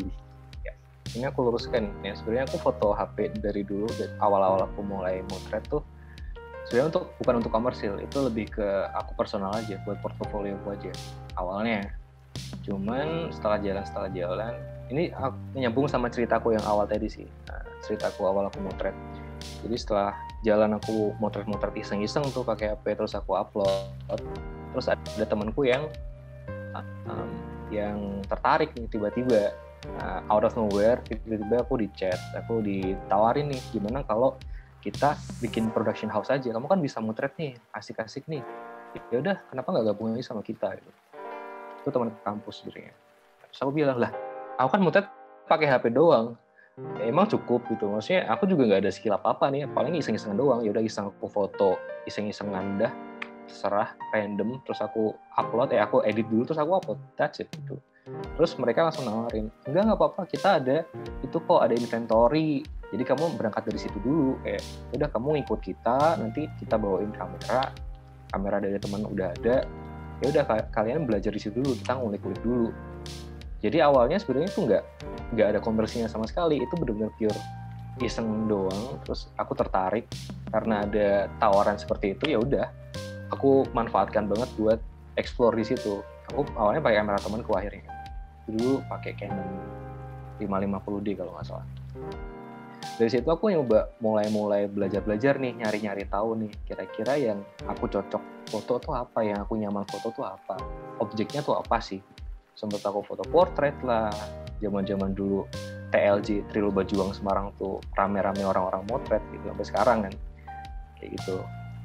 Terus akhirnya makin mengerucut aku nyoba pengen foto makanan. Atau juga dulu awal-awal tuh karena emang coffee shop Semarang belum terlalu banyak, jadi aku pengen coffee shop aja deh, kayaknya makanannya yang estetik gitu loh. Awal-awalnya dulu tuh zaman Jendela Coffee itu masih baru, itu bener-bener apa ya, zaman coffee shop baru berdiri lah, nggak sebanyak ini sekarang. Nah, aku nongkrong ke situ, aku lihat makanannya kayaknya asik nih, cobalah foto lah, gini foto bawa kamera kan sama teman-temanku di situ. Sempat dikasih komplimen kopi juga, maksudnya tiba-tiba baristanya baik banget kan, tiba-tiba mas ini ada kopi, kalau mau foto difotoin ya mas. Ya udah, maksudnya kebetulan banget kan aku lagi foto makanan sekalian ada kopinya. Ya sesimpel itu, kayak aku foto-foto gitu terus aku upload. Terus itu belum ke komersil. Akhirnya setelah aku upload, ternyata ada yang tertarik juga dari temanku yang dia lagi bikin coffee shop dulu di Tembalang. Namanya Kedai Agan. Itu coffee shop kecil, kedai kecil. Nah, aku berangkat dari situ. Gaji pertama aku tuh ada di situ sebenarnya. Terus berangkat pun dari teman sendiri. Kayak temanku nawarin, kamu dong, aku lagi bikin coffee shop nih. Boleh nggak kalau difotoin? Terus aku bilang, oh boleh kok. Terus akhirnya dia nawarin kerjaan. Gimana kalau kamu benar-benar pegang sini, foto kayak gini. Nah, menurutku, aku bilang tadi itu gaji pertamaku sih menurutku nggak legit gaji ya, berupa fresh money ya. Tapi gaji kayak, kamu nanti bakal dapat benefit kalau misal kamu di sini gitu. Jadi aku nggak dibayar. Gajiku itu aku ngerasa aku dibayar dengan, kalau orang kata sekarang, exposure. Karena aku selalu dikasih kredit di situ ketika ada fotoku yang diupload di sosial media mereka. Sebenarnya dari situ, sebenarnya aku dulu nggak mikirin gaji ya, karena aku belum ada belum ada kompeten apa-apa sih, belum ada skill gimana fotoku juga kayak gini, ngapain aku minta digaji kan? Ntar aja lah sekalian belajar sambil jalan, siapa tahu nanti bisa berkembang. Bener-bener aku tuh nggak dibayar sama sekali, aku dibayar oke, ya udah aku dapat fasilitas di sana. Terus aku bisa melakukan apa aja di sana, mau pesan terserah, yang penting aku mau thread Instagramnya keisi foto gitu aja. Nah dari situ ada lagi nih merembet temennya beliau itu ada yang bikin coffee shop juga. Nah dari situ tuh aku mulai nih dapat gaji yang benar-benar gaji yang berupa freshman itu dari situ. Jadi semuanya serba step by step sih menurutku. Cuma kan maksudnya nggak bisa dipukul rata gitu. Dari kalian pun mungkin kalau cukup pede sama hasil foto kalian, ya udah dikomersikan aja sekalian gitu. Karena dulu tuh aku bener-bener sangat-sangat berhati-hati nih, takut aja nih kalau misal fotoku tuh jelek dan akhirnya mereka nggak puas kan, ya ngapain aku digaji kalau mereka nggak puas, kalau kerjaan nggak sesuai apa yang mereka inginkan, sesuai ekspektasi mereka, ya aku ngerasa bersalah juga. Dari situ sih aku dulu ya sempat kerja cuma-cuma. Akhirnya dapatlah outlet baru lagi yang kalau kalian tahu di Semarang tuh ada namanya Able Coffee. Nah itu bener-bener gaji pertamaku tuh ada di situ. Ya udah sih. Semoga menjawab. Oke, semoga menjawab ya tadi buat Lord Louis Presiden. Mana nih Lord Louis Presiden? Ya, baik. Terima kasih Lord. Terima kasih. Terima kasih juga. Next, selanjutnya tadi ada dari Bella nih. Boleh nih. Bella on mic. Mana nih? Halo Kak. Hai Bel. Halo. Aku mau tanya nih Kak. Kan untuk kadang tuh foto produk tuh kan kadang kan membutuhkan lighting yang bagus nih Kak. Sedangkan sebagai pemula tuh kita tuh punya budget yang minim. Nah, jadi pemula tuh tentu pasti memanfaatkan natural lighting. Nah, Kak, ada saran nggak sih Kak, ada tips and triknya gitu buat kami, buat para pemula gitu kan Kak, pengen foto produk, tapi hasil ya walaupun natural light itu tidak bisa menandingi artificial light gitu loh Kak. True. Jadi gimana gitu Kak, memanfaatkan natural light itu supaya hasilnya tuh maksimal, tetap bagus, tetap estetik, tapi tuh ya walaupun nggak bisa semaksimal artificial light sih Kak. Thank you Kak. Oke. Justru kebalik sebenarnya. Aku mau jelasin perspektifku soal artificial light sama natural light. Justru aku sangat-sangat bergantung sama natural light. Aku lebih prefer milih natural light daripada artificial. Karena pertama, artificial tuh ribet, harus nge-set up segala macam lah. Even itu emang hasilnya ya cukup bisa memuaskan, cuman ribet. Aku nggak suka ribet, aku suka yang praktis kan. Ya udah, makanya aku kalau foto, aku selalu nyari dulu natural light. Natural light itu yang bagus, bisa dibilang dia nggak terlalu harsh dan nggak terlalu under exposure. Nah, itu bisa ketahuan bergantung sama jam fotomu dan lokasi fotomu kayak gimana. Jadi aku biasanya kalau di outlet tuh aku ambil foto kalau nggak pagi tuh sore, karena aku menghindari siang. Karena apa? Siang itu matahari kan di atas nih. Nah, untuk dimensinya nanti kalau misal syukur kalau ada penutupnya, ada diffusernya kayak ada kaca atau apa itu masih mending. Cuman kalau nggak ada kayak bener-bener kamu foto di siang bolong di bawah cahaya matahari langsung, itu sangat-sangat harsh jatuhnya, exposure-nya sangat-sangat tinggi dan nanti bakal susah kamu di editing karena semua detailnya itu susah ditangkap. Jadi waktu yang menurutku terbaik buat foto produk itu antara pagi atau sore, sebelum siang lah pokoknya. Sorenya itu setelah ya jam 3 ke bawah itu udah enak. Dan yang triknya lagi adalah yang aku pakai sampai sekarang, foto itu di samping jendela, karena jendela itu diffuser yang menurutku paling baik. Karena kalau bedanya adalah ketika kamu foto di luar jendela, maksudnya nggak ada jendelanya, itu tuh cahayanya masih agak harsh gitu loh. Cuman kalau kamu foto di samping jendela, jatuhnya nanti bakal agak smooth karena ada diffuser dari yang menghalangi cahaya langsung ke objek. Kayak gitu. Kalau soal lighting. Sebenarnya aku bergantung kebutuhan juga sih.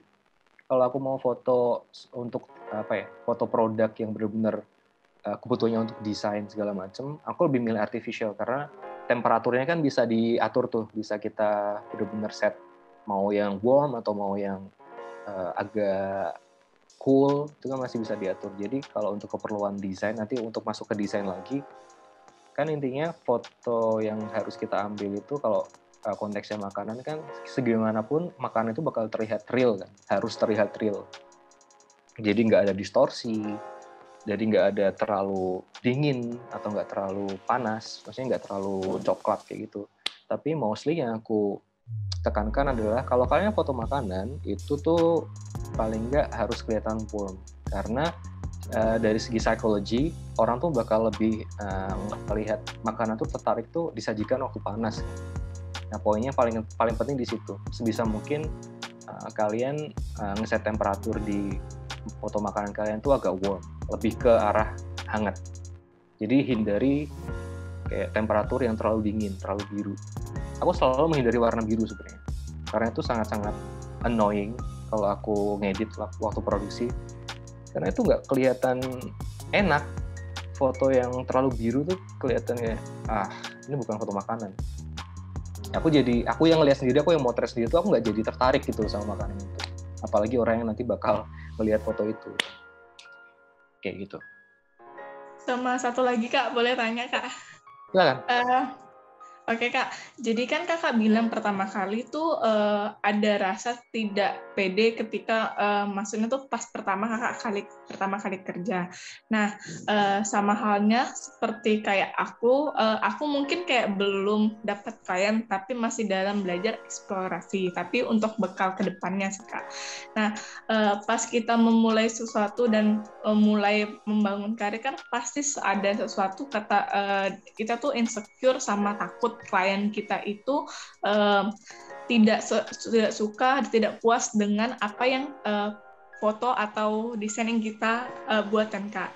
Nah, tapi juga ada klien yang kadang tuh punya permintaan yang begitu, walaupun kita tuh pertama kali untuk buat kontrak kerja dengan 3 kali revisi tuh kayak ragu gitu loh Kak. Nah, Kakak sendiri mungkin di awal tuh gimana ya Kak buat supaya kita tuh ada keseimbangan klien dan kita tuh sebagai desainer tuh atau fotografer tuh juga puas. Oke. Dah, thank you Kak. Yang berdasarkan pengalamanku ini ya, aku pertama itu entah ini bisa apa ya, timbulnya klise, cuman idealis, ini ngomongin soal idealis ya. Idealis tuh untuk awal menurutku penting, karena gini, nanti jatuhnya ketika kita berkarya nih, kayak aku motret segala macem, terus aku upload sebagai portofolio, otomatis pasar di luar sana melihat aku tuh seperti itu, outputku tuh bakal seperti itu, bakal seperti apa yang aku upload di Instagram, di portofolioku. Jadi awalnya tuh step pertamaku adalah aku mengarahkan klien aja untuk ini loh, hasilku tuh kayak gini. Jadi kalau kalian nge-hire aku nanti, ya gak jauh-jauh beda sama ini. Awalnya kayak gitu, awalnya. Terus, itu tuh karena apa ya? Ya kalau misal ada klien yang nggak suka sama karya kita, ada klien yang nggak terlalu tertarik sama kita, berarti ya intinya sesimpel mereka bukan pasar kita gitu aja. Itu yang pertama. Yang kedua adalah yang aku pelajari lagi, aku harusnya dapat insight yang baru. Orang itu bakal sebaik-baiknya orang tuh bakal bertahan kalau mereka tuh bisa adapt, mereka tuh bisa fleksibel. Orang yang beruntung menurutku tuh orang yang bisa fleksibel. Makanya setelah aku punya pikiran kayak gitu tadi awalnya, makin kesini aku makin untuk mengurangi idealisku. Kayak aku harus jadi fleksibel karena nggak semua market itu tuh kemakan sama karyaku yang seperti ini. Jadi aku berusaha untuk memperluas pola pikirku ya, memperluas referensiku lagi. Nah dari situ aku belajar buat banyakin referensi biar apa yang klien mau nanti randomly, misal klien A, klien B, mereka punya mau yang beda-beda, tapi kita tuh masih bisa nge-handle itu. Tapi kita masih bisa nangkep itu dan klien tuh puas dengan hasil kita gitu. Itu proses sih. Jadi awalnya dulu emang aku bener, ya udah kalau misal kamu nggak suka fotoku ya berarti emang kamu bukan pasarku aja. Jadi ya kamu nggak nge-hire aku, nggak masalah karena kamu bukan pasarku. Cuman makin kesini aku ngerasa aku harus memperluas itu sih. Kalau aku pengen memperluas change, ya mau nggak mau harus seperti itu. Mau nggak mau harus kita mengorbankan zona nyaman kita buat hal yang belum pernah kita lalui, ya kayak sekompleks maunya klien itu seperti apa, maunya klien itu seperti ini, briefnya itu seperti ini, yang aku belum pernah nyoba. Tapi ya udah, kalau selama aku bisa motret, aku pasti bakal bisa, aku bisa menerjemahkan apa yang mereka mau. Misalnya itu. Oke Kak, thank you. Sama-sama. Oke, tadi ada yang raise hand siapa ya? Dari Lord Widi Bayu nih. Awas, dipersilakan nih buat Lord Widi Bayu buat tanya. Bisa langsung. Oke, terima kasih. Gak apa-apa ya, open mic ya? Halo Lord Widi. Open cam ya? Iya, ini menarik banget nih, Lord Soda ya. Awalnya dari kamera HP ya, terus kemudian bisa jadi satu project. Saya mau tanya, harus ada hobi selain foto nggak sih ketika mau cari-cari project seperti itu gitu. Jadi kan kalau cerita katanya pertama jalan-jalan kemana, terus dilihat lagi, oh ini kayaknya bagus nih, coba nih masuk nih, gitu. Ada kafe baru, datengin gitu. Itu bener nggak? Tadi harus ada punya hobi jalan-jalan juga ya, nyobain, oh ini kayaknya di sini asik nih, terus difoto dulu deh, dicoba gitu. Itu kayaknya juga jadi satu peluang juga ya Lord ya, buat supaya apa namanya? Istilahnya kayak ngundang klien jemput bola gitu ya. Betul. Bener nggak? Betul nggak? Itu yang sering dulu aku lakukan sih Surya. Aku dulu sebelum ada di agensi, aku kan benar-benar freelance dan sangat-sangat apa ya?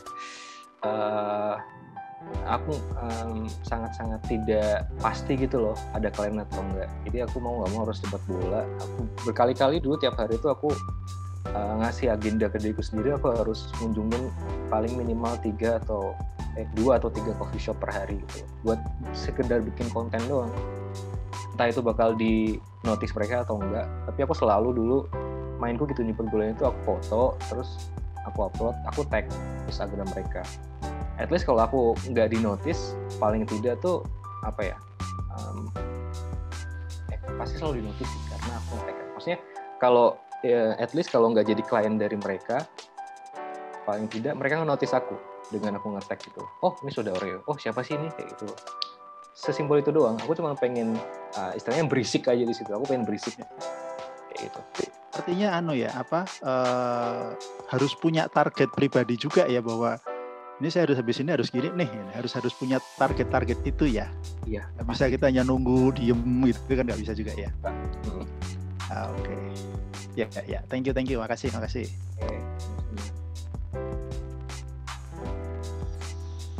Oke, terima kasih Lord Bayu sudah bertanya.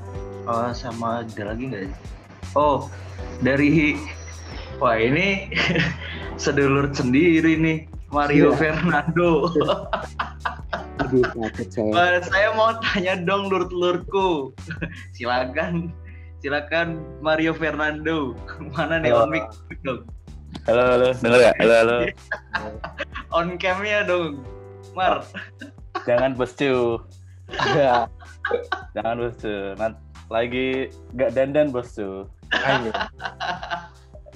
Ini mau tanya nih sama Kiki sama Mas Soda nih. Kak ya panggilnya, Kak Soda nih. Oh iya Kak. Gitu Kak. Ini mau tanya soal ini sih. Pernah ada nggak sih cerita-cerita yang menarik gitu kan? Kadang ngadepin klien, kadang ada yang aneh ya gitu ya. Kadang ada yang lucu, kadang ada yang nyebelin juga gitu. Nah, pernah nggak sih ada satu cerita yang ngehe gitu, mungkin ada satu cerita yang yang lucu lah atau gimana gitu mungkin ketika ketemu klien gitu. Ada nggak Kak? Kalau lucu sih sebenarnya biasa aja ya. Cuman ada satu yang menurutku ngeselinnya tuh invoice nih udah turun tapi nggak cair-cair sampai sekarang. Iya, jadi udah sempet foto kan, mereka butuh let's say 15 foto lah, aku kan ngambilnya paketan kan biasanya. Kalau 15 foto segini, 30 foto segini, diambil 15 nih. Udah foto semua, udah diupload semua. Nanti katanya tuh dia mau istilahnya waktu itu invoice-nya udah aku turunin. Terus tapi enggak upload-nya udah selesai nih, 15 foto tuh udah ke-upload semua. Aku tungguin sampai 15 foto tuh ke-upload semua. Tapi invoice tuh belum kebayar sampai aku lupa. Dulu sampai aku lupa. Kayak sampai ya pasti ya sebenarnya beberapa kali aku udah pernah tagih gitu. Dia masih berkelit-kelit gitu loh, bilangnya kalau ternyata outletnya tuh enggak lagi sepi segala macamnya, alasan-alasan kayak gitu. Jadi ntaran dulu ya. Siapa tahu nanti bisa untuk bulan depan mau foto lagi bisa langsung di double. Ya boro-boro di double, orang yang proses pertamanya nggak kebayar, dia bilang mau ke double. Jadi ya aku sebenarnya cukup mengerti sih di balik itu. Mungkin ada emang alasan kuat mereka nggak bisa mencairkan invoice. Mungkin karena itu sih kesusahan di itu, apalagi kan waktu pandemi kayak gini kan. Ya yang aku lakukan adalah ya udah legowo aja. Kayak ya udah mungkin itu rezeki mereka. Ya semacam itu. Jadi kalau yang lucu-lucu tuh nggak ada. Cuman kalau yang ngeselin kayak gitu sering sih. Beberapa kali sih. Cuman yang paling parah itu. Cuman ya udah. Sekarang belajar buat ya udah aja. Ya wes lah. Emang kayak gitu kok. Gimana lu Boti sudah menjawab? Thank you udah dijawab. Paham sih perasaannya. Iya kan? Tuh. Oke. Thank you Bosu. Mario Fernando. Thank you Bosu udah dijawab. Oke. Stay safe buat sedulur lainnya. Oke. Nah, selanjutnya mungkin sambil nunggu yang masih ada yang mau nanya, dari aku pribadi aku mau nanya nih, Lur Kiki. Ya kita balik ke ini ya, ke eksplorasi dan jepret ini ya gitu. Oh ya. Tadi kan kita kan banyak bahas spesifik tentang eksplorasi di smartphone-nya sendiri gimana, terus sampai mungkin awal mulanya dapat project smartphone itu gimana, caranya seperti apa, step by step-nya dari cerita pribadi Lur Kiki ini gitu. Nah, aku penasaran nih, Lur Kiki kan ada geraknya di F&B di Semarang ya rata-rata ya? Betul? Oke. Nah, udah banyak belum sih Lur Kiki teman-teman di luar sana yang bergerak di bidang yang sama, tapi juga melakukan produksi fotonya melalui smartphone gitu? Oke. Sebenarnya udah banyak. Beberapa kali aku nemuin teman-teman yang sebenarnya konten-konten mereka di Instagram itu mostly dari smartphone, dan mostly juga foto-foto flat lay yang aku sempat ambil di HP itu, yang kayak foto dari atas gini, objeknya di bawah. Itu paling simple sih sebenarnya. Tapi banyak orang yang aku ngerasa masih belum paham soal itu, padahal itu bisa salah satu trik buat bisa gimana caranya foto kalian terlihat dalam tanda kutip estetik gitu. Nah sebenarnya tuh teknisnya gampang foto-foto kayak gitu, makanya orang-orang teman-temanku yang ada di Semarang tuh, siapa ya, aku lupa namanya. Dulu aku suka sama satu akun Instagram orang Semarang, Mas siapa gitu. Dia selalu fotonya pakai flat lay, dan itu lebih ke lifestyle fotografi ya. Dia kayak foto kakinya, terus ada kopinya kayak gitu. Tiap hari dia upload. Zaman-zaman dulu masih sering coffee hopping tiap hari. Aku sempat ketemu sama dia juga, diajarin juga. Ternyata emang caranya kayak gitu. Caranya kayak ya udah HP nih, kamu duduk, terus udah duduk doang, ada produk di sampingmu, terus kamu tinggal foto dari atas gini doang. Ternyata jadi cuy. Dan itu bagus hasilnya. Dari situ aku pengen ngulik kan. Akhirnya ya udah aku bikin konten-konten kayak gitu juga. Maksudnya itu udah konten lama gitu loh. Konten-konten dia tuh sempat naik tuh di tahun 2018 2019. Makanya aku pengen bring itu kembali ke sini ke 2021, apakah itu masih relatable atau enggak. Dan ternyata beberapa kali aku uji coba respon orang cukup banyak yang tertarik gitu loh. Karena ternyata setelah aku sadari, ya orang-orang di luar sana masih bingung. Dia pengen bisa motret, tapi nggak tahu harus gimana. Aku cuman pengen ini aja sih, pengen nyebarin awareness kalau sebenarnya itu kalian tuh bisa, semua orang tuh bisa jadi fotografer. Semua, nggak tanpa terkecuali ya. Tanpa terkecuali, tanpa kalian memandang gear segala macam, semua tuh bisa. Yang ada sekarang adalah skill-nya. Kalian mau ngulik atau enggak? Kalian mau memaksimalkan apa yang kalian punya atau enggak? Kalian punya HP ya udah dimaksimalkan dulu. Kayak aku sebenarnya jujur awalnya aku agak underestimate gitu loh. Banget kayak apaan sih, kayak enggak, kalau foto nggak pakai kamera tuh kayak kurang aja gitu. Cuma makin kesini, apalagi kemarin yang aku sempat dengerin obrolan kemarin, Mas Antoni Ismail yang ngerjain project gede, project HP Oppo. Kebanyakan malah foto dari mereka pun itu dari HP Oppo itu sendiri ya. Sorry aku sebut merek ya. Dan hasilnya itu bagus gila. Kemarin aku anjir. Ini bener pakai HP gitu. Jadi itu cukup menginspirasi sih kayak hasil fotoku sekarang nih, gila aku cuma motret makanan doang. Hasilnya nggak seberapa loh, maksudnya sama ya dibandingkan sama si legend Mas Antoni Ismail dengan motret pakai HP aja itu bisa, itu kelihatan nggak pakai kayak nggak pakai HP, bener-bener gila. Itu foto seharusnya tuh di foto pakai kamera seprofesional itu yang harganya itu ratusan juta kayak gitu. Aku sempat pikir kayak gitu, cuman oke. Pikiranku terpatahkan, maksudnya perspektifku yang kemarin ya sempat underestimate itu terpatahkan dari situ juga sebenarnya. Aku makin yakin kalau aku bisa memaksimalkan ini. Sekarang pengen ku ngulik aja kayak gimana gitu. Niatku pengen ngulik aja kayak gimana. Aku juga masih belajar sampai sekarang. Itu juga baru beberapa bulan yang lalu kan aku mulai foto-foto pakai HP.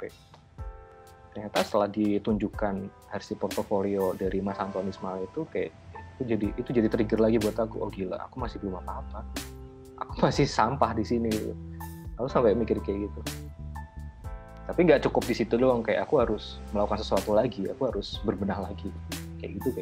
Itu yang bikin kita terasa apa ya? Ngerasa berkembang, evolving. Gitu. Oke, terus tadi kayaknya ada yang raise hand deh. Siapa ya? Ben bukannya ya? Lord Ben. Halo. Lord Ben. Ya. Halo, Oke, Lord Ben. Ya.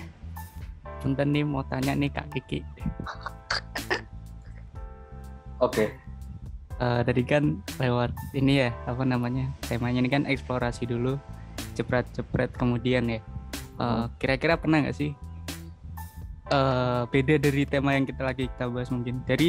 Jadi dari Kak Kiki ini malah dari satu kondisi tertentu ya, mungkin dari satu kondisi yang bisa dibilang itu mendadak, Kak Kiki itu malah jepret duluan, baru nanti explore-nya lebih ke editnya, bukan explore ke angle-nya. Atau malah explore-nya barengan sama waktu jepret gitu. Itu pernah nggak sih? Nah terus yang pertanyaan keduanya, nah gimana cara ngatasin itu? Oh ya. Sisi spontanitasnya Kak Kiki. Thank you. Kalau pernah sih sering aku spontan kayak tanpa ada brief, tanpa ada apa. Kadang aku juga kebudrek, aku udah dihadapkan sama produk di depan, tapi aku seketika blank gitu aja. Dan aku nggak ada waktu lagi buat nyari-nyari referensi atau gimana. Biasanya ya udah aku sementokku aja, aku pengen kayak gimana nanti. Nah itu penolongnya adalah post produksi sih, editing. Sebenarnya kalau aku let's say gini, ada produk B aja nih produknya nih, aku bingung mau gimanain. Karena ada tuh produk yang ya udah kayak standar itu, kayak misal produk rice bowl. Ya rice bowl kan gitu-gitu aja kan. Mau diekspor pun ya itu tetap nasi dan segala lauknya ditaruh di bowl. Udah semua rice bowl bentuknya sama kan. Nah, dari situ aku pernah ke foto, ya udah seadanya aja aku foto flat lay, terus ya udahlah nanti berharaplah kalau misal aku diproduksi kayak di post produksinya, di editingnya tuh bisa menolong. Akhirnya aku naikin lah di warnanya segala macam. Itu cukup menolong sebenarnya. Cuman kalau aku bilang apa ya, hindari itu, maksudnya menghindari itu jangan sampai lah kalian ada di posisi kayak gitu. Soalnya apa ya, nanti bakal ngerepotin kalian sendiri waktu editingnya. Maksudnya dari awal pun, dari mentahannya itu fotonya tuh udah gak maksimal. Kalau di kalian sebenarnya bisa sih, itu gak maksimal di fotonya, di eksekusinya, tapi di post produksi biasanya bisa dibenerin. Cuman apa ya, itu lebih makan waktu dan makan effort kalian 2-3 kali lipat gitu. Karena kalian lebih mikir buat gimana caranya memanipulasi foto itu. Padahal kan inti dari fotografi sebenarnya kan sebisa mungkin kita meminimalisir manipulasi kan. Biasanya orang-orang expert fotografi kan mikirnya kayak gitu. Makanya segimanapun caranya, kalian awalnya lebih concernnya ke hasil foto kalian dulu. Enak gak nih tampilannya, enak gak nih komposisinya segala macam. Jadi nanti di post produksinya kalian enak, gak usah mikir lagi, tinggal toning segala macam selesai. Biasanya kayak gitu kalau misal apa ya, makanya pentingnya referensi. Balik lagi, referensi. Aku selalu menekankan ke teman-temanku kalau nanyain bikin foto gini kayak gimana sih, referensi. Simple, referensi itu bisa didapat dari mana sih sebenarnya? Banyak banget. Aku selalu belajar buat peka setiap hari. Aku nggak cuma peka di sosial media, ya itu udah otomatis lah. Mantengin Pinterest atau nyari referensi di Explore segala macam di Instagram, itu udah basic kan. Cuman menurutku kita bisa lebih dari itu. Kita bisa memanfaatkan semua hal, semua indera kita buat mendapatkan referensi. Contohnya ini. Jujur semua foto yang aku sempat foto yang udah pernah aku foto, mostly itu aku dapat dari film. Ya, mostly itu dari film. Aku dari nonton film. Film itu kan visual kan ya. Scene-scene yang ada di film itu kan sangat-sangat mudah untuk dihafalkan kalau itu menurut kita bagus. Jadi aku kalau misalnya lagi mikir konsepnya, apapun ya, F&B atau portrait, kalau aku lagi mikir konsep, aku selalu membayangin film yang udah pernah aku udah pernah tonton. Jadi aku sambungin sama produknya. Sesimpel itu. Kayak, oh ya, kayak gini lah. Contoh kemarin, kalau ada yang udah tahu, ada namanya Pupa. Pupa itu ngeluarin, Pupa tuh working space di Semarang. Dia ngeluarin produk baru, namanya Pupa The Cure. Nah, Pupa The Cure itu semacam kopi susu. Basicnya kopi susu, cuman dengan packaging yang beda, dengan kemasan yang nyeleneh. Dia pakai galon gitu. Nah, aku langsung disuruh foto, terus akhirnya enaknya apa ya konsepnya ya? Ini foto produk kopi susu yang pengen aku foto, tapi nggak pengen biasa aja.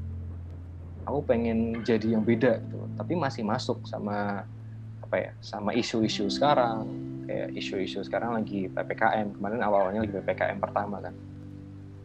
Terus akhirnya aku pikiran, oh iya, aku pengen, ini kan lagi chaos nih posisinya nih, Indonesia lagi chaos lagi segala macam. Aku langsung pikiran film Maze Runner. Maze Runner itu kan film-film post apokalips gitu kan. Nah, aku langsung berangkat dari situ. Wah, gimana kalau misal kita ambilnya ala-ala Maze Runner aja. Jadi benar-benar kita ada di gurun, produknya itu ada di gurun, di suatu padang tandus kayak gitu. Terus ya udah kita placement produknya ke situ, kita bikin setup segala macam, akhirnya jadilah foto-fotonya. Nah, sesimpel itu sih sebenarnya. Tiba-tiba aku kepikiran aja kayak oke dari film. Dan memang aku akhirnya mengambil kesimpulan kalau ternyata referensiku tuh malah kebanyakan dari scene-scene film yang aku ingat-ingat, yang kira-kira aku menarik. Kayak gitu. Jadi jangan terpaku sama sosial media, jangan terpaku sama Google. Kalau misal sense kalian tuh kayak kepekaan kalian tuh bisa dilatih sebenarnya.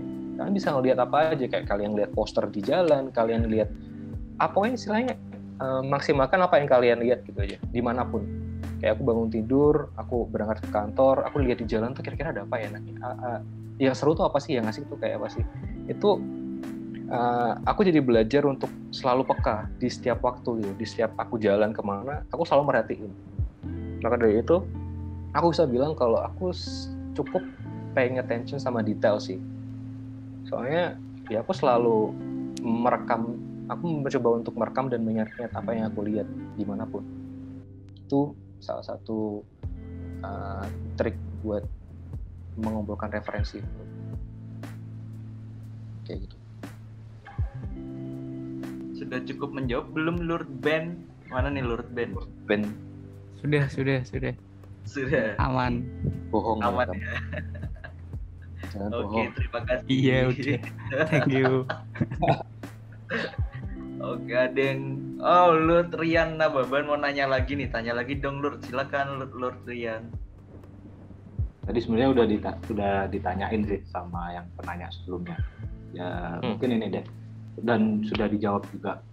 Mungkin aku mau tanya dua pertanyaan boleh ya? Boleh.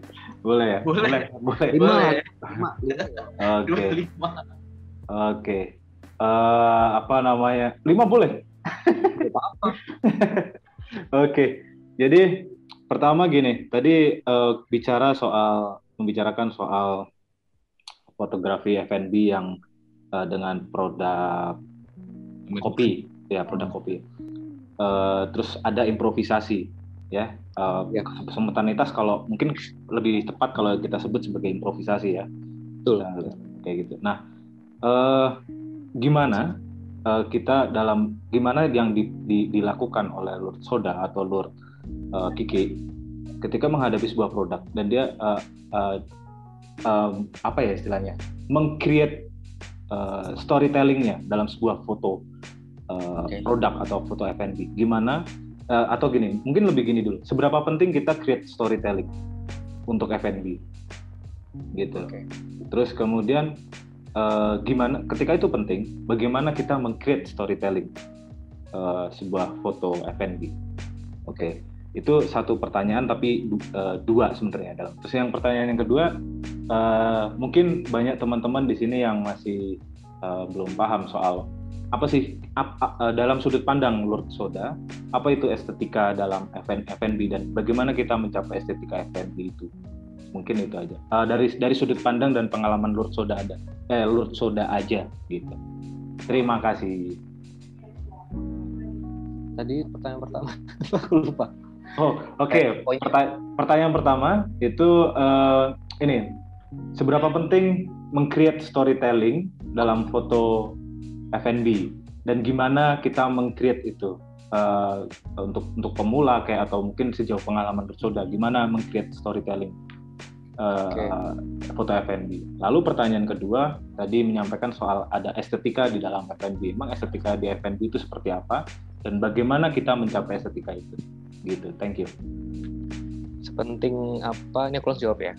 Sepenting apa? Menurutku pentingnya penting banget. Cuman kalau bisa penting. Paham nggak sih?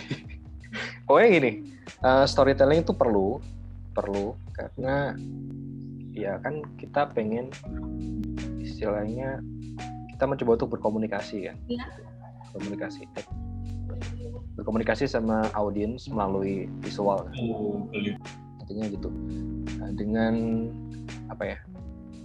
Dengan gimana cara kita berkomunikasi adalah kita pengen menunjukkan perspektif kita biar orang di luar sana tuh perspektifnya sama. Nah itu yang agak tricky-nya. Makanya perlu untuk bikin suatu apa tadi namanya storytelling itu penting. Contohnya gini, aku langsung kebayangnya ke konten-konten di outlet lagi ya. Balik lagi ke konten di outlet. Let's say ini ada burger lagi nih, burger. Kalau foto produk burger biasa kayak ya udah biasa aja itu bakal ya udah burger. Maksudnya even nama props di samping-sampingnya itu bakal orientasinya orang lihatnya ya udah itu burger. Cuman ada hal yang bisa jadi lebih menarik lagi. Yang biasanya aku lakukan adalah aku memasukkan unsur-unsur yang lain selain produknya itu sendiri. Ya, aku sering ngelakuin ini namanya hands in frame. Hands in frame itu sangat membantu karena itu karena ada tangan di dalam frame itu kesannya itu bakal lebih natural karena ada unsur manusianya di situ. Nah, tangan ini melakukan apa sih? Nah, itu yang bisa kita explore lagi. Kita pengen tangan ini ngapain? Kita pengen objek ini tuh, objek selain produknya tuh ngapain gitu. Saya lagi ngiris burger itu paling gampang ya.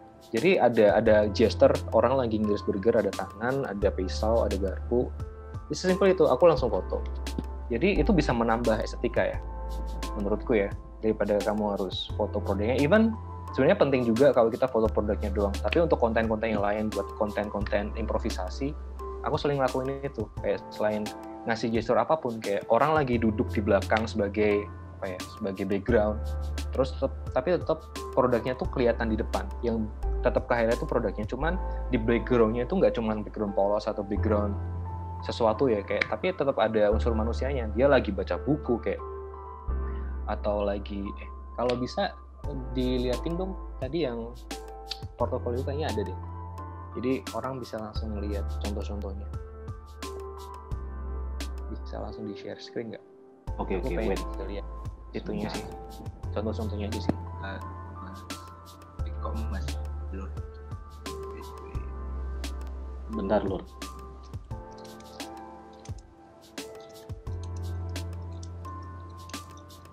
Nah, coba yang ke bawah lagi. Nah, kita agak ke atas lagi yang pertama, slide pertama setelah CV-nya. Nah, ini. Lagi ke atas. Nah, ini. Nah, contohnya. Nih, kalau kalian bisa lihat, mungkin agak kecil ya, sorry ya. Kalau bisa di zoom kalau saya apa. Nah, di burger itu tuh yang di atas. Nah, itu kan sebenarnya kalau kita foto, kita bisa foto burgernya doang tuh. Cuman dengan ada gesture tangan, menurutku itu bakal kelihatan lebih hidup. Jadi estetikanya menurutku makin nambah value-nya. Jadi nggak cuman orang lihat produknya doang. Kalau kalian lihat produknya tuh ada di sebelah kiri itu, paling kiri itu kan ada burger banyak. Nah, itu bakal kayak itu doang. Tentunya kalau aku foto aku selalu ada props. Nah, ini masukan lagi sih. Jadi kalian harus nyiapin props apapun itu. Aku jadi tiap foto mau ke satu tempat, aku selalu hal yang paling krusial yang harus aku bawa kemana-mana itu tuh satu, buku. Itu sangat-sangat menyelamatkan kalau misal aku butuh props. Maksudnya kalau misal nggak ada props yang lain, aku selalu bawa buku. Itu gampang banget, kayak naruh buku di bawah dari objeknya itu menurutku nggak enak dilihat gitu. Kayak makin enak aja daripada nggak sama sekali, daripada nggak ada apa-apa, daripada kosongan, meja kosong, kalian cuman ngeletakin burgernya di situ doang, nggak ada apa-apanya, itu bakal lebih boring gitu. Makanya aku oke lah, coba sama buku. Itu bener-bener temanku sih, kemana-mana aku bawa, selalu bawa buku. Terus apalagi ya, selalu bawa kacamata. Soalnya kacamata menurutku itu bisa membantu menunjang estetika sih. Tinggal ditaruh aja, kalian tinggal main posisinya aja mau ditaruh di mana. Nah, yang contoh yang tadi adalah yang aku masukin hands in frame tuh yang ini, yang burger yang sebelah kanan. Itu kan kayak dia menekan isi burgernya, akhirnya kan dia kan kelihatan lumer kan. Nah, itu bisa jadi poin plus. Terus yang bawah lagi, ke bawahnya aku contoh flat lay nih. Flat lay itu yang di tengah. Ya, yang di tengah, yang paling tengah. Nah, itu kan ada tangan-tangan tuh. Sebenarnya kalau kalian foto nggak pakai produknya pun, nggak pakai tangan-tangan tuh nggak masalah, jadinya bakal kayak yang sebelah kiri bawah, kanan bawah, paling bawah kanan. Nah, itu kan ada kameranya tuh, itu nggak ada apa-apanya. Ya bagus-bagus aja, cuman komposisinya aja yang kalian perlu perhatikan. Dan props-propsnya yang kira-kira masih masuk di foto tuh apa aja, masih masuk di frame tuh apa aja. Kayak aku masukin kamera, aku masukin sumpit, aku masukin buku, aku taruh buku di bawahnya, terus aku aku timpuk pakai aku apa sih namanya, aku taruh produknya di atas bukunya gitu. Terus ke bawah lagi coba yang slide yang kedua. Nah, ini juga bisa sih, ini kan ada gestur dia lagi bawa itunya kan, bawa sumpitnya kayak lagi menyumpit gitu. Itu cukup lucu sih menurut aku. Sebenarnya aku nggak ada teori apa-apa, yang penting enak dilihat aja. Yang penting enak dilihat, intinya itu. Aku foto tuh intinya yang penting enak dilihat, aku enak lihatnya, orang enak lihatnya. Sebenarnya itu doang. Ke bawah lagi. Nah, ini soal tadi nyinggung soal apa sih? Tadi pertanyaan apa yang pertama? Aku lupa. Pertanyaan keduanya kali ya. Kalau yang pertama sudah terjawab. Udah. Okay. Nah, yang keduanya kan tadi ada barusan juga tentang estetikanya gitu. Estetika. Sudut pandang Lord Kiki tentang estetika di F&B itu bagaimana? Terus kita membangun supaya menciptakan estetika tadi, caranya gimana? Gitu. Thank you. Intinya satu sih tadi yang aku udah bilang, estetika itu semua soal apa yang kita lihat itu enak. Apa yang aku lihat enak, apa yang orang lain enak, menurutku itu udah termasuk bagian dari estetika ya. Contohnya ya aku ngeliat fotoku ini, let's say sebenarnya ini foto yang sebelah kiri paling bawah itu tuh ada foto shadow. Aku selalu suka main shadow sebenarnya. Aku suka mainin shadow karena itu jadi perspektif yang menarik somehow buat aku. Karena aku bisa explore lebih. Sebenarnya tuh di sini kalau nggak kepotong ya, ini tuh ada siluet mbak-mbak pakai topi. Yang sebenarnya fotonya tuh ya sebenarnya aku highlightnya cuma ke gelasnya doang. Cuman aku pengen ngasih unsur manusianya lagi, balik lagi kan. Tapi aku pengen manusianya itu nggak kelihatan. Dan kebetulan di situ momennya pas banget, lagi sunset, terus lagi cahayanya lagi bagus. Akhirnya kalau dikasih siluet, jadi sebenarnya mbak-mbak ini di posisiku foto tuh di sebelah kanan, dia membelakangi cahaya gitu. Terus akhirnya dapatlah siluet dari mbak-mbak itu. Ini emang nggak kelihatan sih foto. Jadi berusaha untuk apa ya, sekreatif mungkin sih gimana pun caranya ya. Jadi nggak kelihatan boring aja, nggak kelihatan. Ya sebenarnya perlu untuk produk, sesimpel foto produk yang kayak di bawah ini, yang di samping foto gelas tinggi itu, yang paling bawah kan cuma foto produknya doang kan. Sebenarnya perlu juga untuk foto gitu untuk variasi, cuman akan lebih menarik lagi kalau kita mendeliver informasi yang lebih dari produk itu sendiri gitu. Ya orang biar ngeliatnya, oh bagus ya fotonya. Targetku cuma itu doang. Biar gimana caranya orang lihatnya bagus aja. Jadi nggak boring. Ada sesuatu yang baru, selalu ada sesuatu yang baru. Coba geser ke kanan. Kanan lagi. Kanan lagi. Nah, yang foto yang di atas, yang gelas yang lagi dipegang itu yang salah satu hal yang simple sih. Yang frame yang simple, yang paling simple. Udah ngeliatin tangan lagi ngebawa produk. Itu sering banget aku lakukan. Itu hal yang paling sering. Cuman yang agak susah adalah ya itu eksplorasi buat bikin foto yang beda lagi aja, memanfaatkan objek yang ada selain produk ya, kayak objek manusia atau apapun itu yang di sekitar, shadow segala macam, bisa jadi sesuatu yang menarik kalau kita bisa nemu idenya. Nah, nemu ide itu dari mana? Balik lagi dari referensi. Gitu. Mantap. Thank you, Lord Kiki. Wah. Terima kasih, Lord Moderator. Sama-sama, Lord Rian. Belum ada yang nanya lagi. Oke, aku gantian nih, Lord Kiki nih. Cabutku bentar. Sorry ya, agak berisik. Kebetulan tetangga lagi ada yang ini nih. Ayo cok ya. Bikin rumah.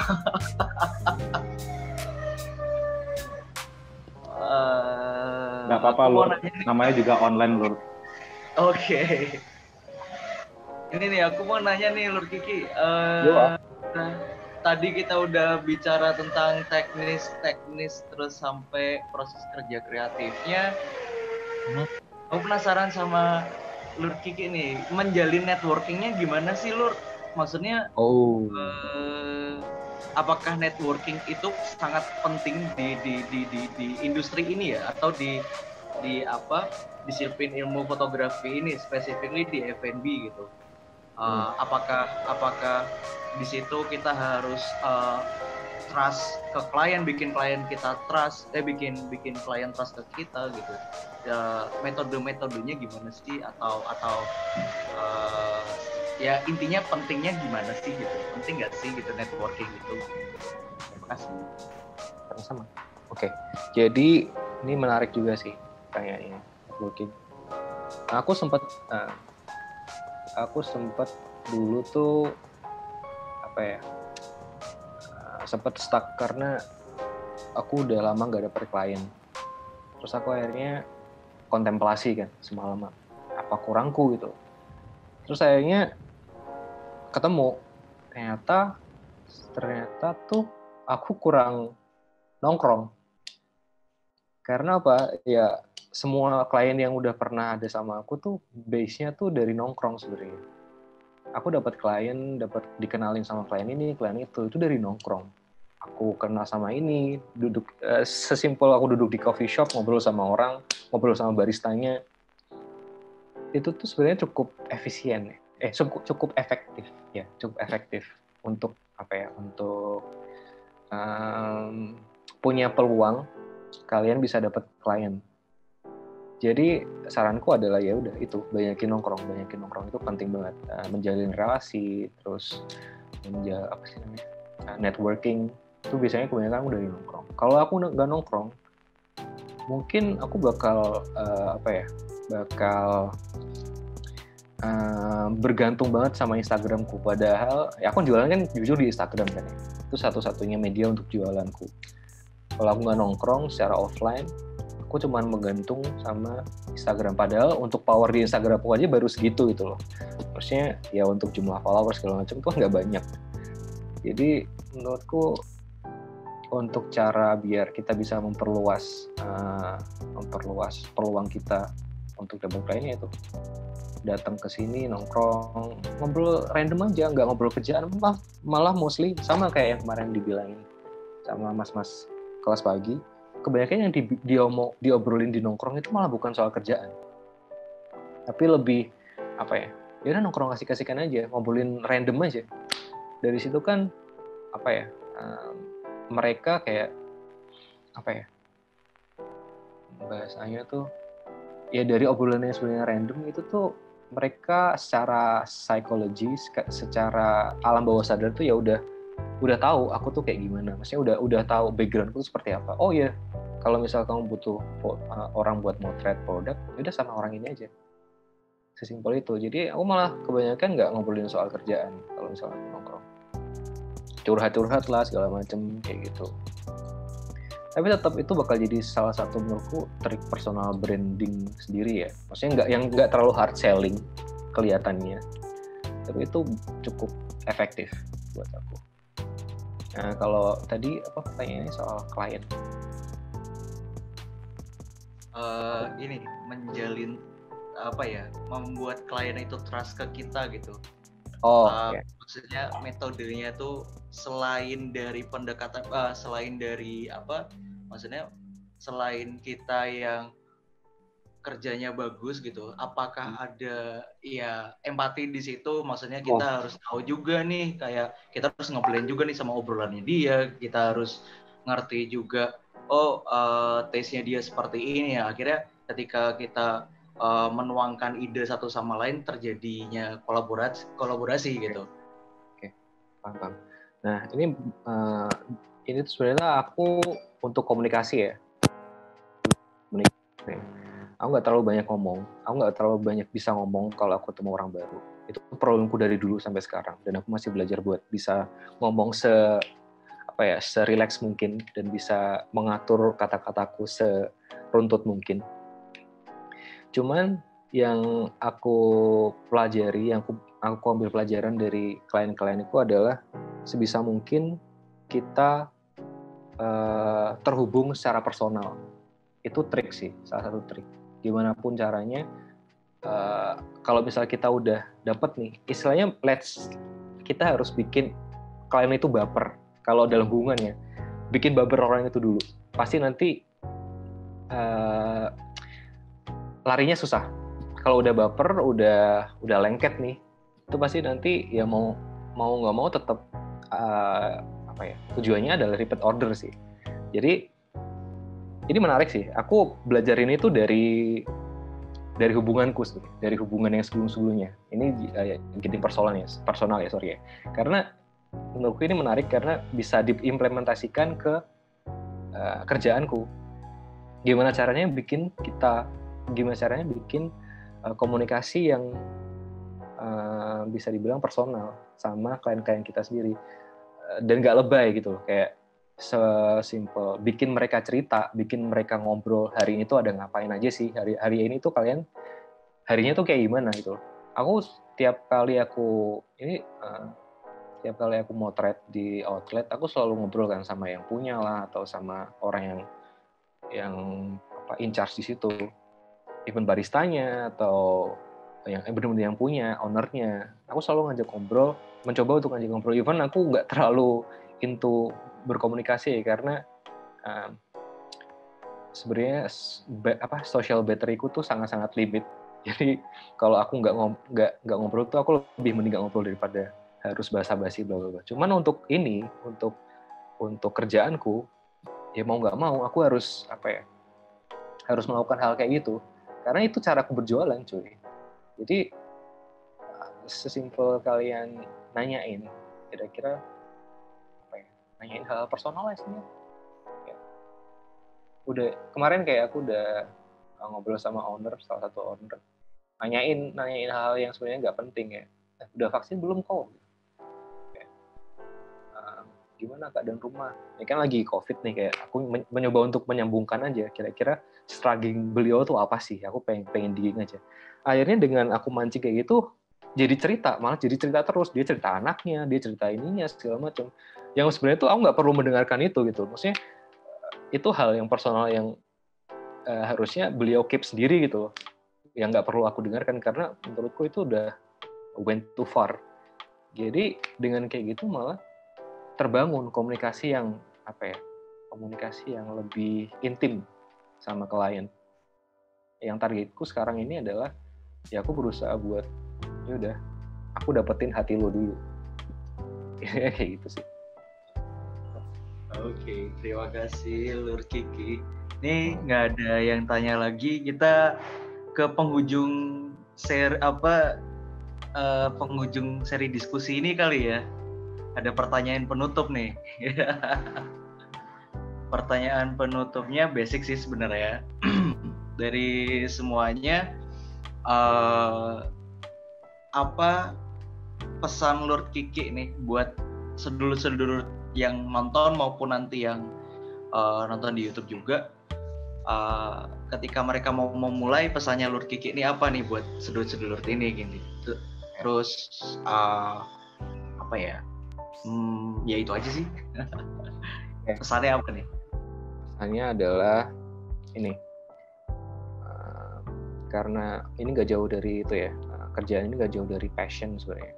Jadi do whatever things that makes you happy. Apapun itu, ini nggak cuman perihal fotografi doang, tapi apapun yang kalian suka, just do it. Aku yakin kalian pasti ada perasaan di mana nanti yakin nggak ya aku bakal ngelakuin ini, yakin nggak ya bakal berhasil. Nggak di situ dulu, pikirnya adalah sekarang dulu, kalian udah ngelakuin apa. Live now sih menurutku, kayak kalian jangan terlalu mikirin apa yang bakal terjadi di masa depan, dan jangan terlalu mikirkan apa yang udah terjadi kemarin. Pikirin sekarang aja, karena prinsipku adalah live the reality. Jadi ya udah, yang kalian pengen lakukan sekarang lakukan. Itu yang pertama. Yang kedua, tadi poinnya adalah soal referensi. Jangan pernah anggap referensi itu ada limitation-nya, karena itu sangat-sangat unlimited. Kalian bisa dapetin hal itu di mana aja, kapanpun. Even kalian tidur, kalian mimpi, itu tuh bisa jadi referensi buat kalian kalau kalian ingat mimpi kalian. Itu sih sesimpel itu. Terus apalagi ya? Udah itu aja sih.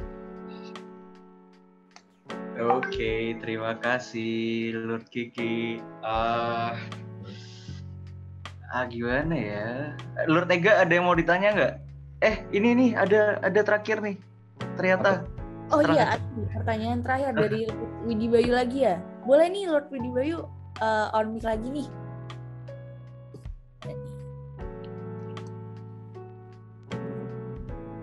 On mic lagi ya? On mic lagi aja. Di mobil. Biasa di luar soalnya. Itu saya tadi kalau ngedengerin dari ceritanya, berarti untuk memulai sesuatu, untuk berani memunculkan sebuah kemampuan itu bukan hanya skill untuk skill buat motretnya aja ya, bukan cuma buat ngide aja ya. Berarti modal pertama adalah dia punya skill, pengen kemana gitu ya, saya tertarik dengan ini, terus kemudian saya motret ini, terus yang berikutnya kayaknya modal jalan-jalan juga penting ya. Betul.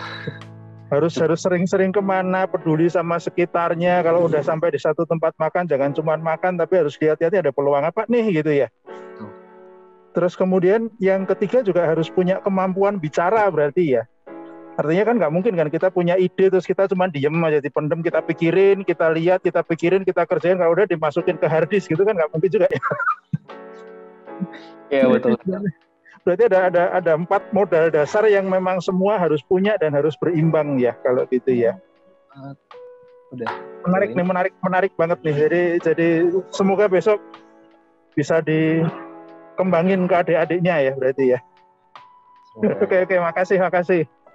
Udah merangkum. Itu udah lengkap banget. Iya. Dirangkum. Ya sih. Oke.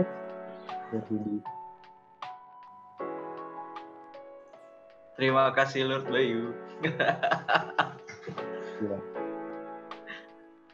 Gimana nih? Oh, kita spotlight ini kali ya, Lord Rian nih sebagai MC nih. Kita udah di penghujung acara nih, Lord Rian. Hey, oke. Penghujung acara, tapi yang di spotlight cuma aku doang nih, kan jadi nggak asik, bro. Berasa lu salah klik spotlightnya, bro. Oke. Sebentar. Oke.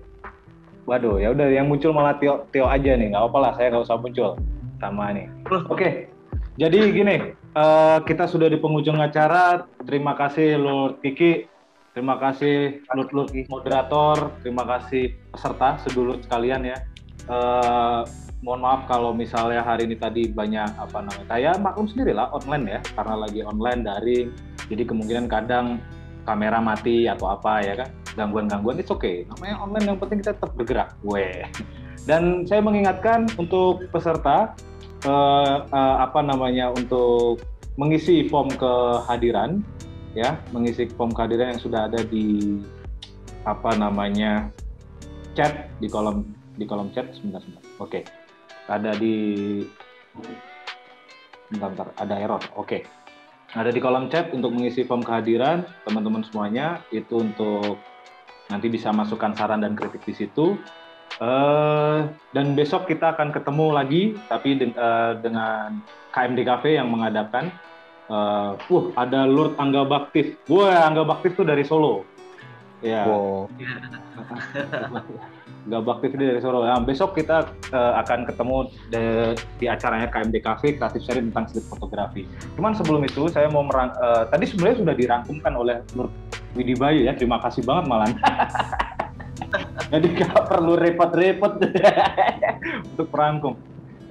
Ada satu mungkin yang belum sempat untuk disampaikan Lord Widi Bayu dari saya tambahan aja, yaitu improvisasi. Karena kalau saya lihat dari paparan Lord Kiki atau Lord Soda tadi, terkadang apa yang terjadi di lapangan itu di luar ekspektasi kita, di luar harapan kita. Jadi kepekaan itu tidak hanya melulu berangkat tadi dari kepekaan. Jadi kepekaan tidak melulu dari perihal yang fotografi aja gitu, tapi bisa dari isu sosial, bisa dari apapun, dari sesuatu yang verbal dari klien itu juga saya kira kalau saya interpretasi dari apa yang disampaikan Lord Soda adalah kepekaan terhadap apa yang disampaikan secara verbal oleh klien dijaga dalam bentuk komunikasi tadi. Nah terkadang kita harapannya begini, ternyata sering juga hal itu berbeda gitu ya. Maka improvisasi harus gas, ya nggak? Betul kan Lord Kiki tadi seperti itu ya? Betul sekali. Ini Tio nggak usah diajak ke bawah ya, biarin aja. Oke. Oke. Dan ilmunya sangat, yang satu lagi adalah berani. Yang sangat menarik tadi adalah ilmu yang sangat menarik adalah berani untuk mulai melakukan inisiatif project ya, Lord Soda ya.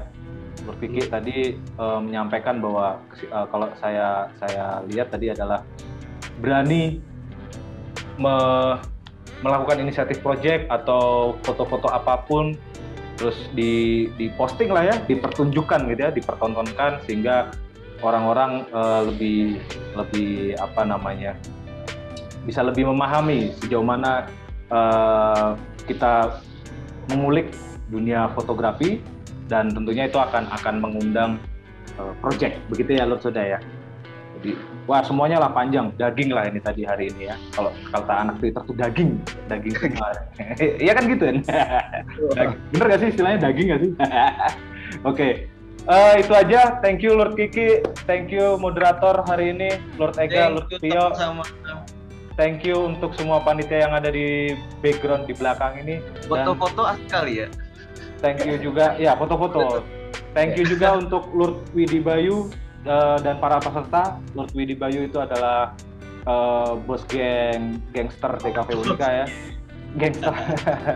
Jadi terima kasih sudah ikut di sini di acara kreatif sharing hari ini, dan kita foto-foto dulu.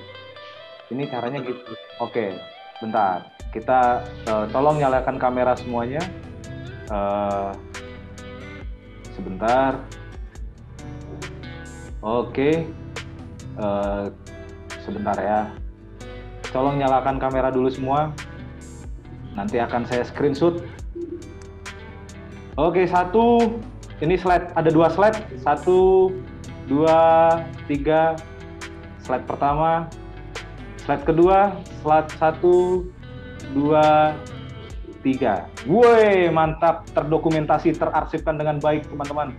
Seluruh terima kasih. Besok kita berkumpul di acara KMD Cafe jam 1 siang bersama Haji Santo Anom tentang street fotografi. Kita mengulik eksplorasi antara komposisi dan estetika dalam street fotografi. Thank you, terima kasih.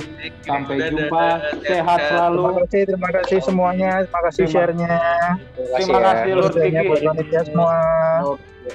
Lur Kiki, bos, sehat-sehat Lur Kiki. Juga. Semoga sukses dengan proyek-proyek lainnya. Boleh meninggalkan ruang Zoom. Thank you semuanya. Bye-bye. Yang paling penting sehat. Josh. Yes. Ayo semangat ya. Bye-bye. Bye.